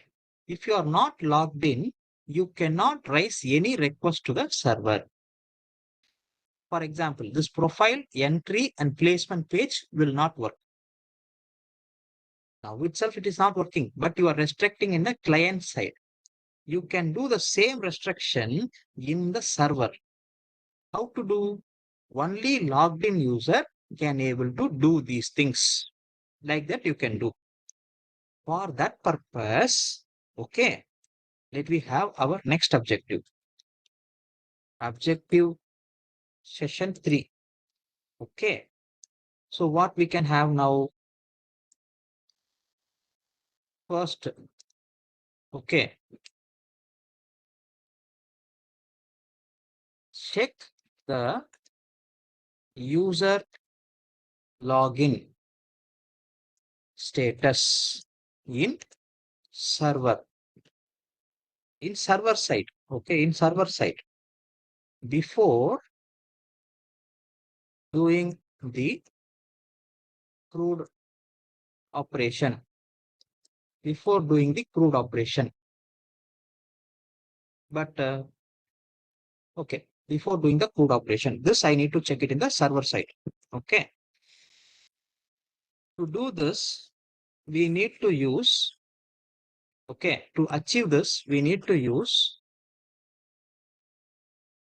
JSON web token express JWT, express JWT and JWT decode. These packages, okay, these are all the packages. I want to use these packages to do that. But I don't want to do now. Okay. Because one more I'm thinking it is important.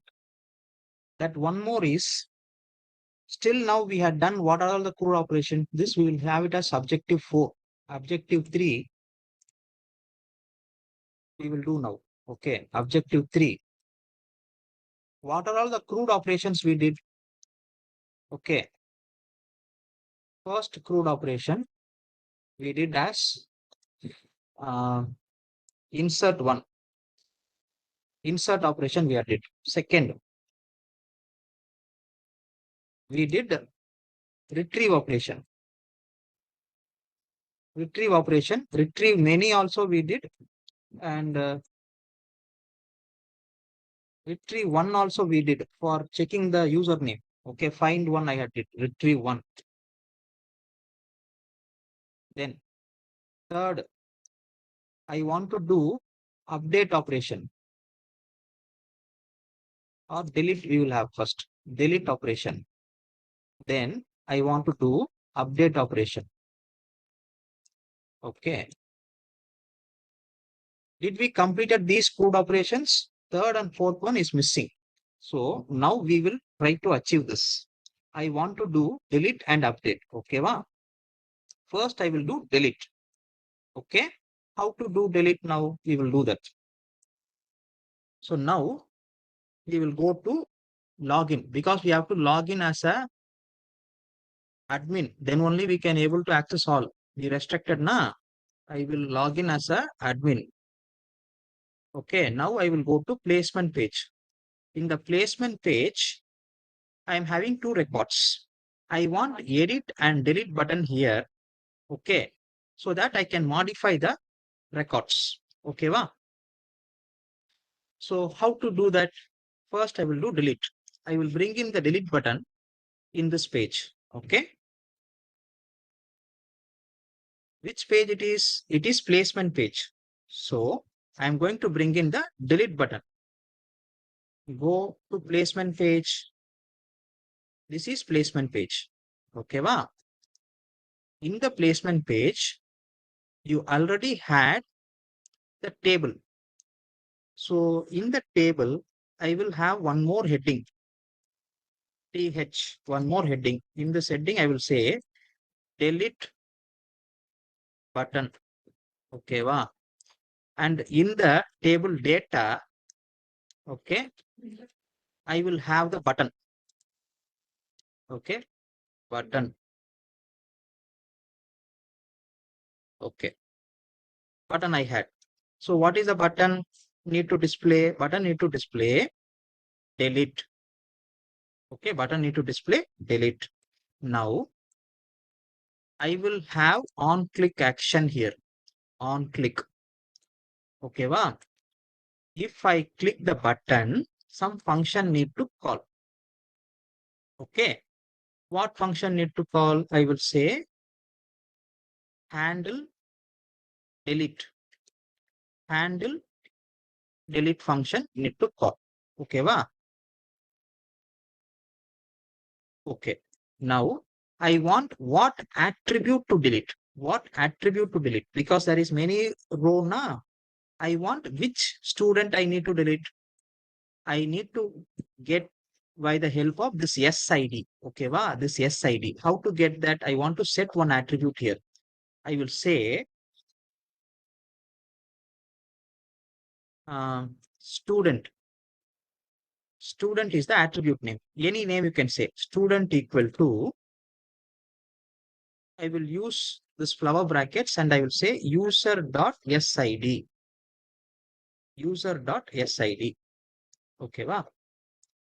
Now, when you click the delete button, okay, handle delete function will call. So I need to define that function now.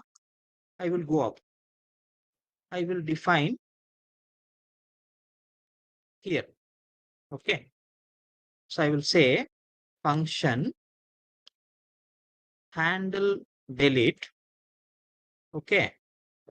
I'm going to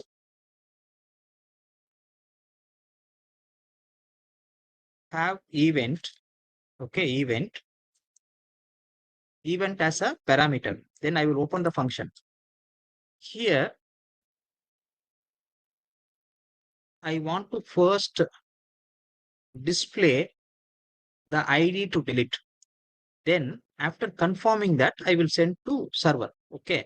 If I click first student now, I need to get the ID 1. If I click second student now, I need to get the ID 2. So that first I need to ensure which row I'm clicking, that ID I need to get. So I will check that alert. Okay. In this alert, I need to print that ID. So how to print that ID? Event dot current target. Event dot current target. Okay. Dot get attribute. Get attribute. What is the attribute name you set? See, current target is the one which you triggers. What is the current target? Button.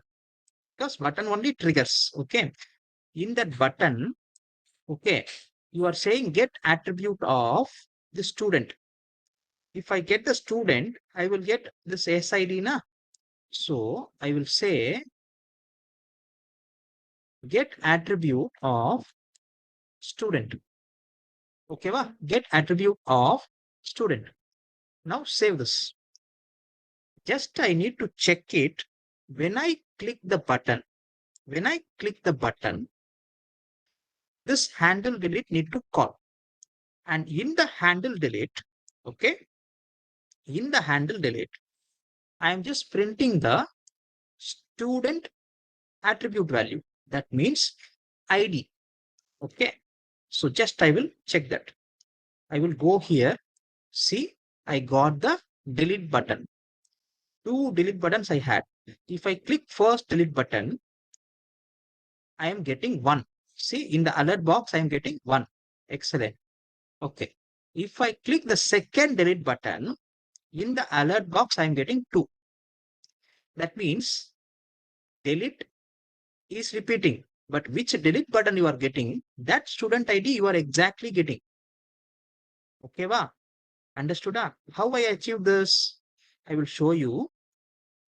See, which is causing this handle delete function to call your button. Okay, your button is calling the handle delete function. Your button is having the attribute called student. Okay. So now when you click that button, see here you are saying event.current target. Current target is what? That button, which is the reason for occurring. Okay, that button dot current target dot get attribute. That means button dot get attribute. What attribute you are getting? Student. So student will get the ID value 1 or 2. Understood? So it is working. So now what I have to do? I have to send the request. How to send the request? Obvious I have to use. So I will erase this alert. Okay. In this place, I will use obvious dot delete. This time not get, not post. Delete I will use because I am deleting now. So now single quotes, the address you have to give. http://localhost:8081/ what is the subpath you can say? You will say delete itself. Okay. Subpath you will have it as delete. So now any data you want to pass for deleting. Think any data you want to pass. Yes. What data you have to pass? There are many rows, many students. You have to delete only one student now. So you have to pass the student ID. Now you got na how to pass the student ID. Comma, you can pass the student ID. You can pass the student ID as the data here. So put dictionary brackets and then give enter. Here, what is the key you are going to say? Key is ID colon. What is the value you are going to say? Value is previously we used na event dot current target dot get attribute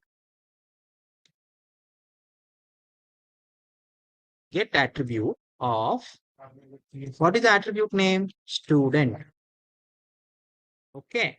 So now you will get 1 or 2 like that some value. That value you are passing as a dictionary and the key is ID. Okay, wow. Then you passed. You need to receive the response now. Dot then function. Receive the response back. Response arrow function. Open set bracket. Enter console.log of response.data. As usual, we are sending this. Now I'm sending and I'm receiving the response back. Now shall I do it in the server side? So what I have to do it in the server side? It is obvious.delete. So in the server, you have to use app.delete. Okay. Then what is the subpath? /delete. So it should be /delete.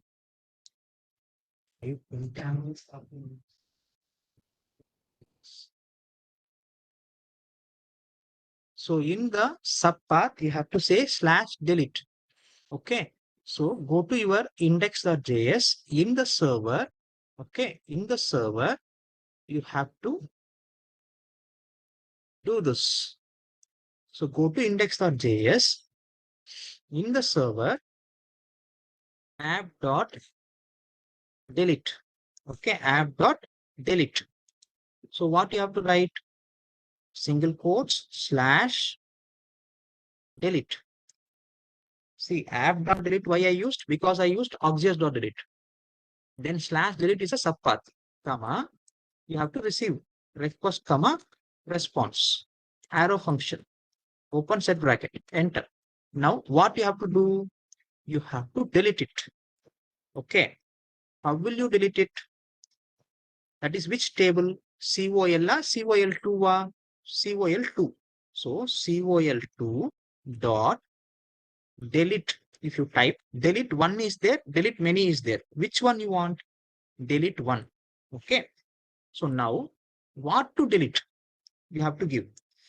What to delete? You have to give it as a dictionary. Okay, va? Dictionary. So here you need to say the database column name. Okay. The database column name. What is the database column name? SID, yeah. SID. Okay. SID colon. You have to say the value. What is the value of SID you want to delete? That where you will get request dot body dot id, request dot body dot id. So request dot body dot id means, see, in your placement page, request dot body corresponds to this dictionary, highlighted portion, this dictionary. In this dictionary, id, that will give you the value. So request dot body dot id. So that will be given for SID. SID is the database name. Okay, database name. Correct? In database, you given that name only. Check the placement. In placement, see, SID you given the same name I'm giving. Okay, va? So after deleting it, okay, you can respond res.send. What you can say? Deleted. Deleted. Okay, done. Now only 2 lines. It is done. Okay. So shall we check it? Whatever you are receiving as deleted, that you will receive in response.data. That will be printed in console.log. Shall we check it? Now, I will go to the browser. I will open inspect element. Okay. Console. I will refresh once. I will go to placement page. In the placement page, I am going to delete this second student. Okay. I'm going to click on delete. Okay. If I click on delete, see, it is saying deleted, deleted. Okay. Now I will refresh the page. Once again, I will go to placement. It is shown as deleted, but it is still displaying to you. Okay. What happened to your server? You have to check now.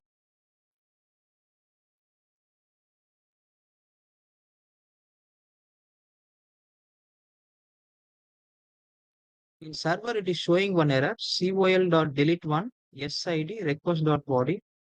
Something I corrected, I think so. I will check the server now.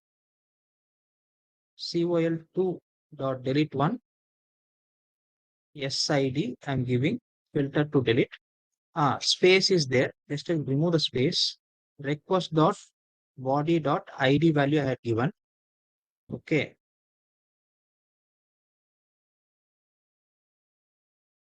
What is the type which you store in database? In database, it is in string format.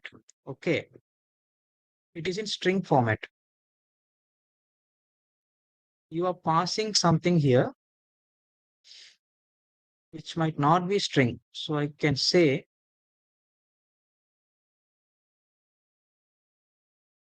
I will try dot to string is not there.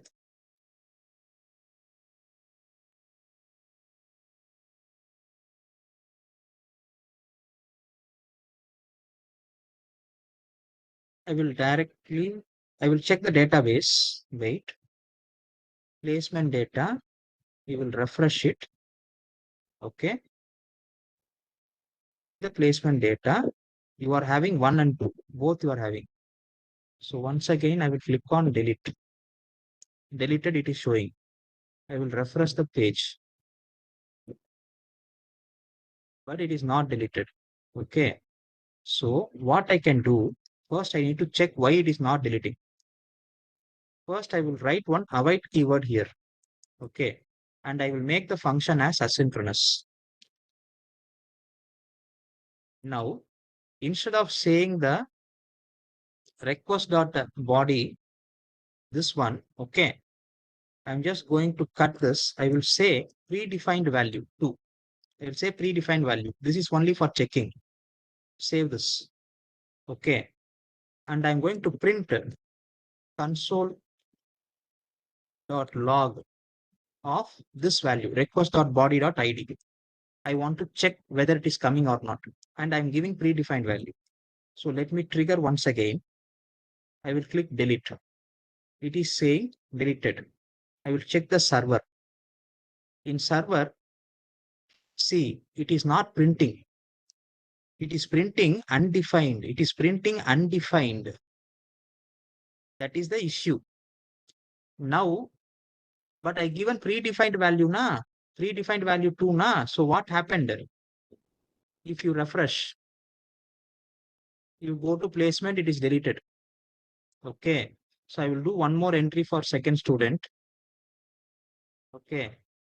Second student is BBB, not placed, NA, NA, save data. Now I brought in the second student. Okay. Why it is undefined? I have to identify why request.body is undefined. Okay. Request.body.id is undefined. Why? I need to check the placement page now. Here, request.body.id I printed na, the same one I want to check it again. So copy this. Okay, copy this. I want to make it in alert as usual. Okay, in alert I'm printing the value. So if the value I'm getting, then I need to get it here. Okay.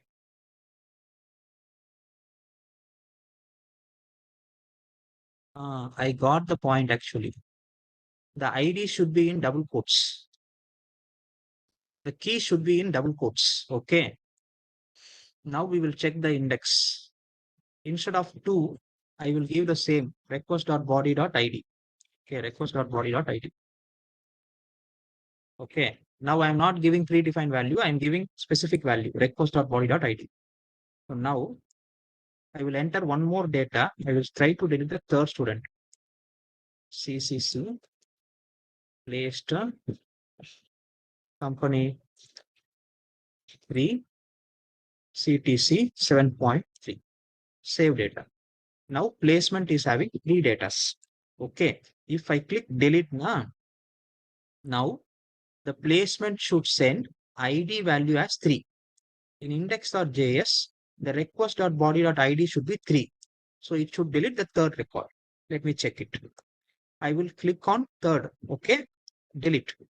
It is saying 3 correctly. If you click OK, it is saying deleted in the below. Refresh the page. Go to placement. Once again, it is not showing you. So once again in the server, it is showing undefined to you. Undefined to you. Okay, still it is undefined. Okay. So I will print request.body. I will check what is coming in first. Okay. What is coming in first, I will check.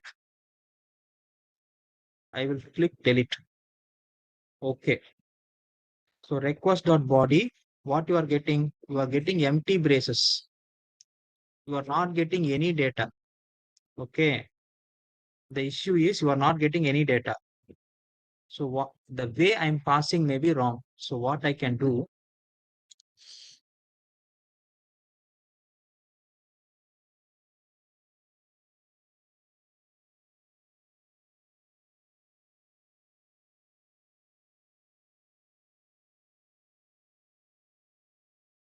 I will say params colon, once again dictionary bracket open, and then once again dictionary bracket close. Okay, two dictionary brackets. Okay, I'm adding params colon. Okay, params colon. So in index, I will try to change this as request dot query. Okay, request dot query. And here request dot query dot id. Let me check what is happening.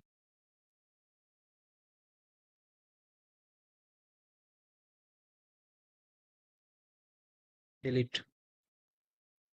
Now it is showing deleted. Now see, it is now coming. Request dot query is having id. Query is having id. That means if you refresh the page and check the placement, it is gone. It is working. So what I did is, previously I had passed the value like what I had passed for axios.post, axios.post. But that way we should not pass for delete. We should pass with another way. We should use params colon dictionary bracket. Then one more dictionary bracket close. That's it. Okay. And the way you are accessing also different. In index.js, you access as request.query and request.query.id. Now it is working. Okay. So now I want to update one data. Update one data. For example, from where I'm planning to update now, from the entry page, I will have one more button called update data. When I'm clicking that button, the data, all data need to update. So I will get that button in the entry page. I will go to entry. In the entry page, I want one more button, right?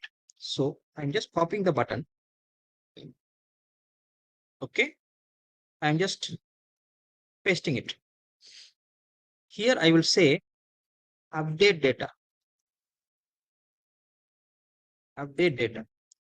And here handle submit no, handle update. Handle update is a function name. So I will go to, and then I want to have other data also. Na? I need to have only one. Okay, correct. So I will go to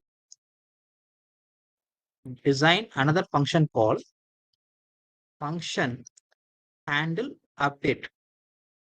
Okay. I'm opening this function. In this function, I will copy the same obvious.post request which I had already. I will paste it.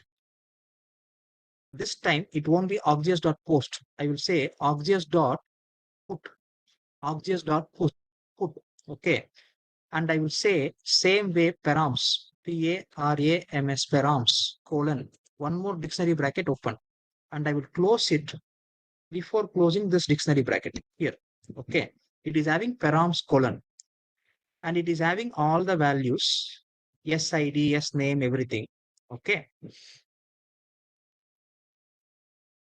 The same thing. Only thing is only thing I changed is put method and params. Okay.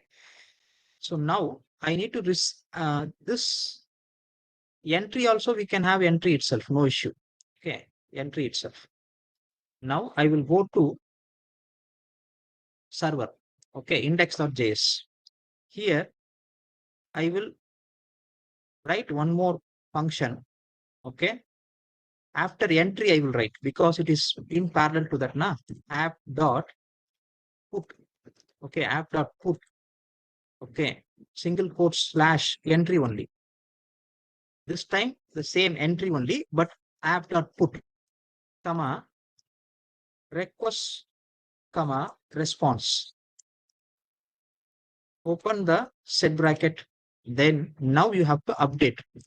Okay. So same way, first I will write to confirm it, whether data is coming or not. Console.log of request.query. This time you have to write not body query because you had given params there. Request.query. Then you have to update the data in COL2. So COL2 dot update one. Update one. Okay. Then in update one, you have to pass. In update one, you have to pass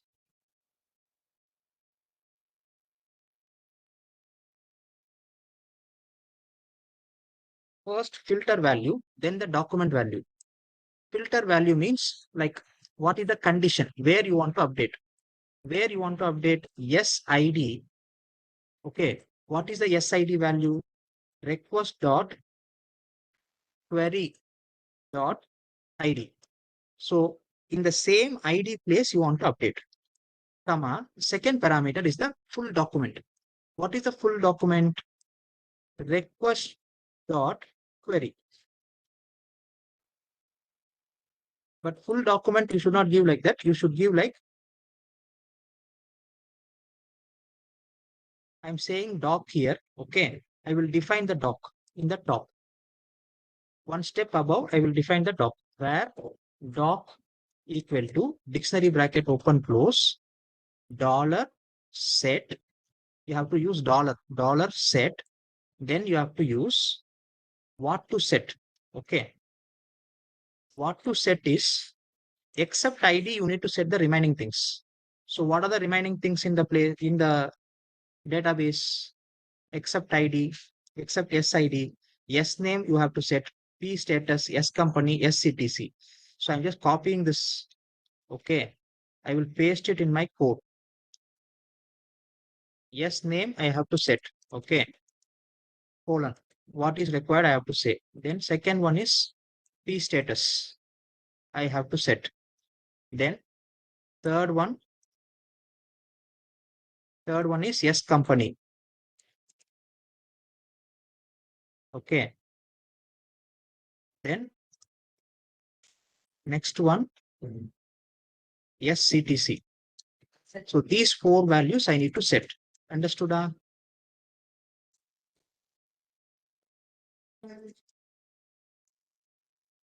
These four values I need to set. So first value, how to set that? Request dot query dot, you want to get name. You want to get that S name in query. So yes name. Request dot query dot S name, comma. Similarly, you need to get P status. P status. Then yes company. These things you are getting from the current entered value. Okay, current entered value, CTC. Left side is the database name, right side is the current entered value. Okay, you are setting these things in doc. Okay, that doc you are passing here. Where when you are having ID as this. Okay, when you are having ID as matching. Okay, when ID is 2, you can set the remaining. Okay, so then next response.send updated successful. Updated successfully. Okay.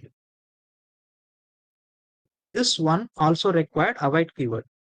So I'm saying await keyword and I'm making the function as async. Okay. So now the function is ready. Shall we check it? I will go to our code. Okay. Already I will check the placement data. Second data is there who is not placed. Now I will consider second student is placed. So second student name BBB, placement placed. I'm updating it as company to CTC something I'm updating. Okay. Update data I'm clicking. Now you are having updated successful message here.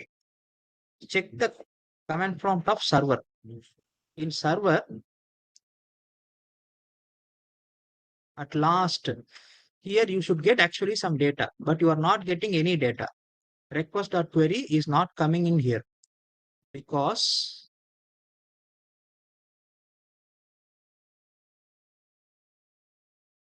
the value is not there. Okay. Now you check the placement. Still placement record is same. It is not updated. Okay. So you need to update. Why it is not updating? Because request.query is not coming here. Why request.query is not coming here? You have to check it.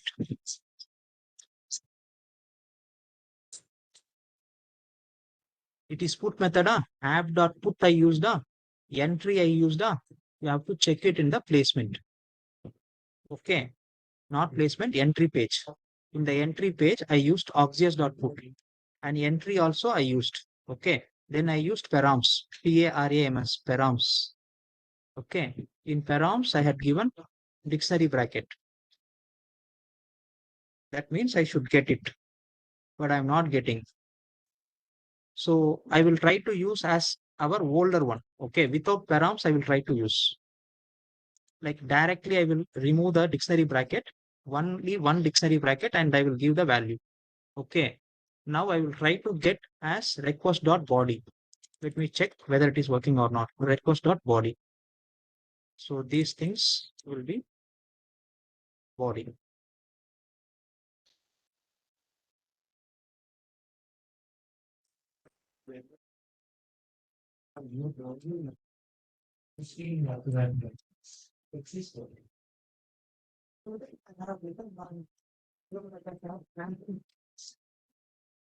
So now we will check. In entry page, I pass the data. Okay. So here I'm receiving as request.body. I need to receive the data. Okay. To delete it. So now I will once again go to entry page. I will give like second student, BBB, placed, company to CTC, update data. Once again, I received the message updated successful, but I will check that server where I'm receiving data or not. Yes, here now you see I received the data. That means while updating, you should pass like a app.post. In that way, you have to pass like a body. Okay. So I'm updating here. So if it is coming here, then I hope so it is deleted. So I will go, it is updated. So I will go to placement. Okay. Still, it is not updating. Okay. But you are receiving the data in that page. Okay. So how you are receiving? You are receiving it as request.body. Yes ID, yes name, P status, yes company, yes CTC. So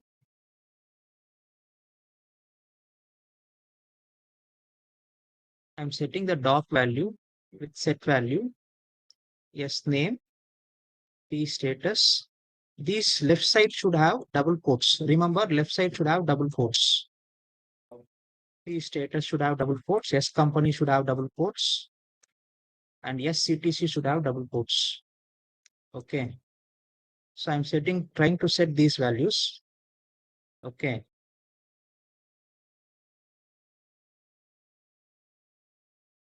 No, left side should not have double quotes actually. So it is correct. Yes name, I'm setting it.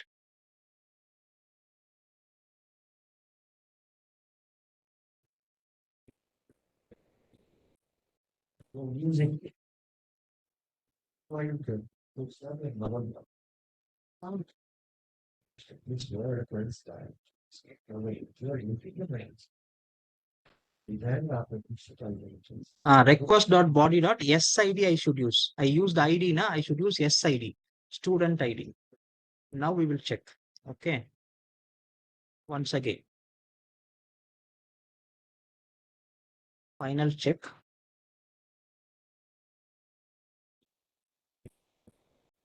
Company to CTC.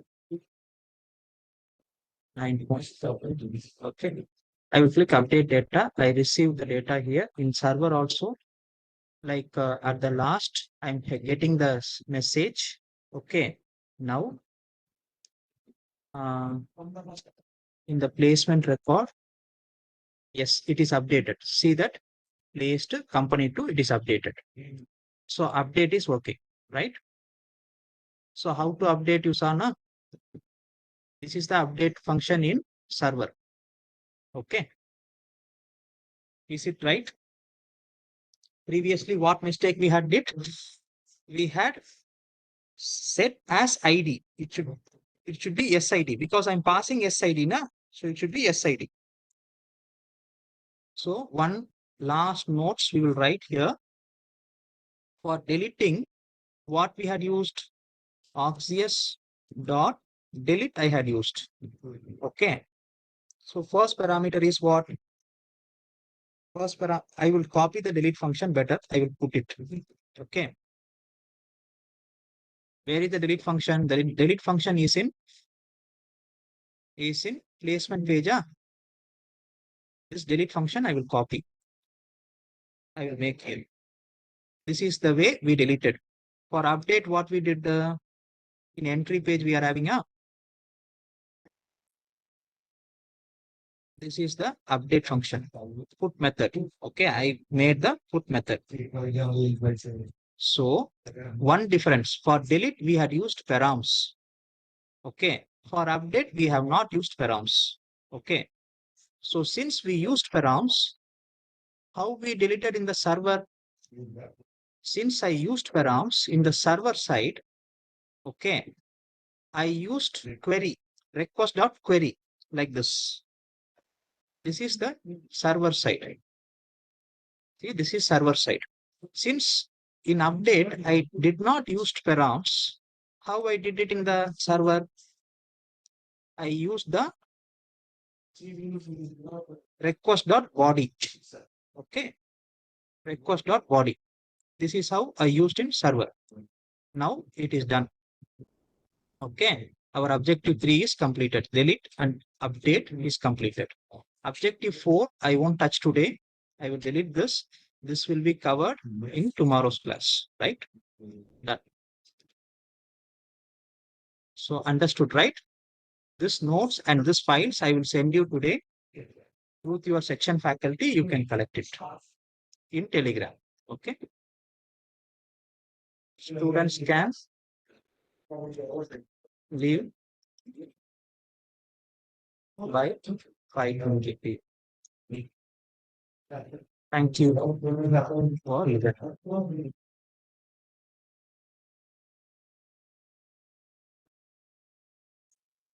Thank you.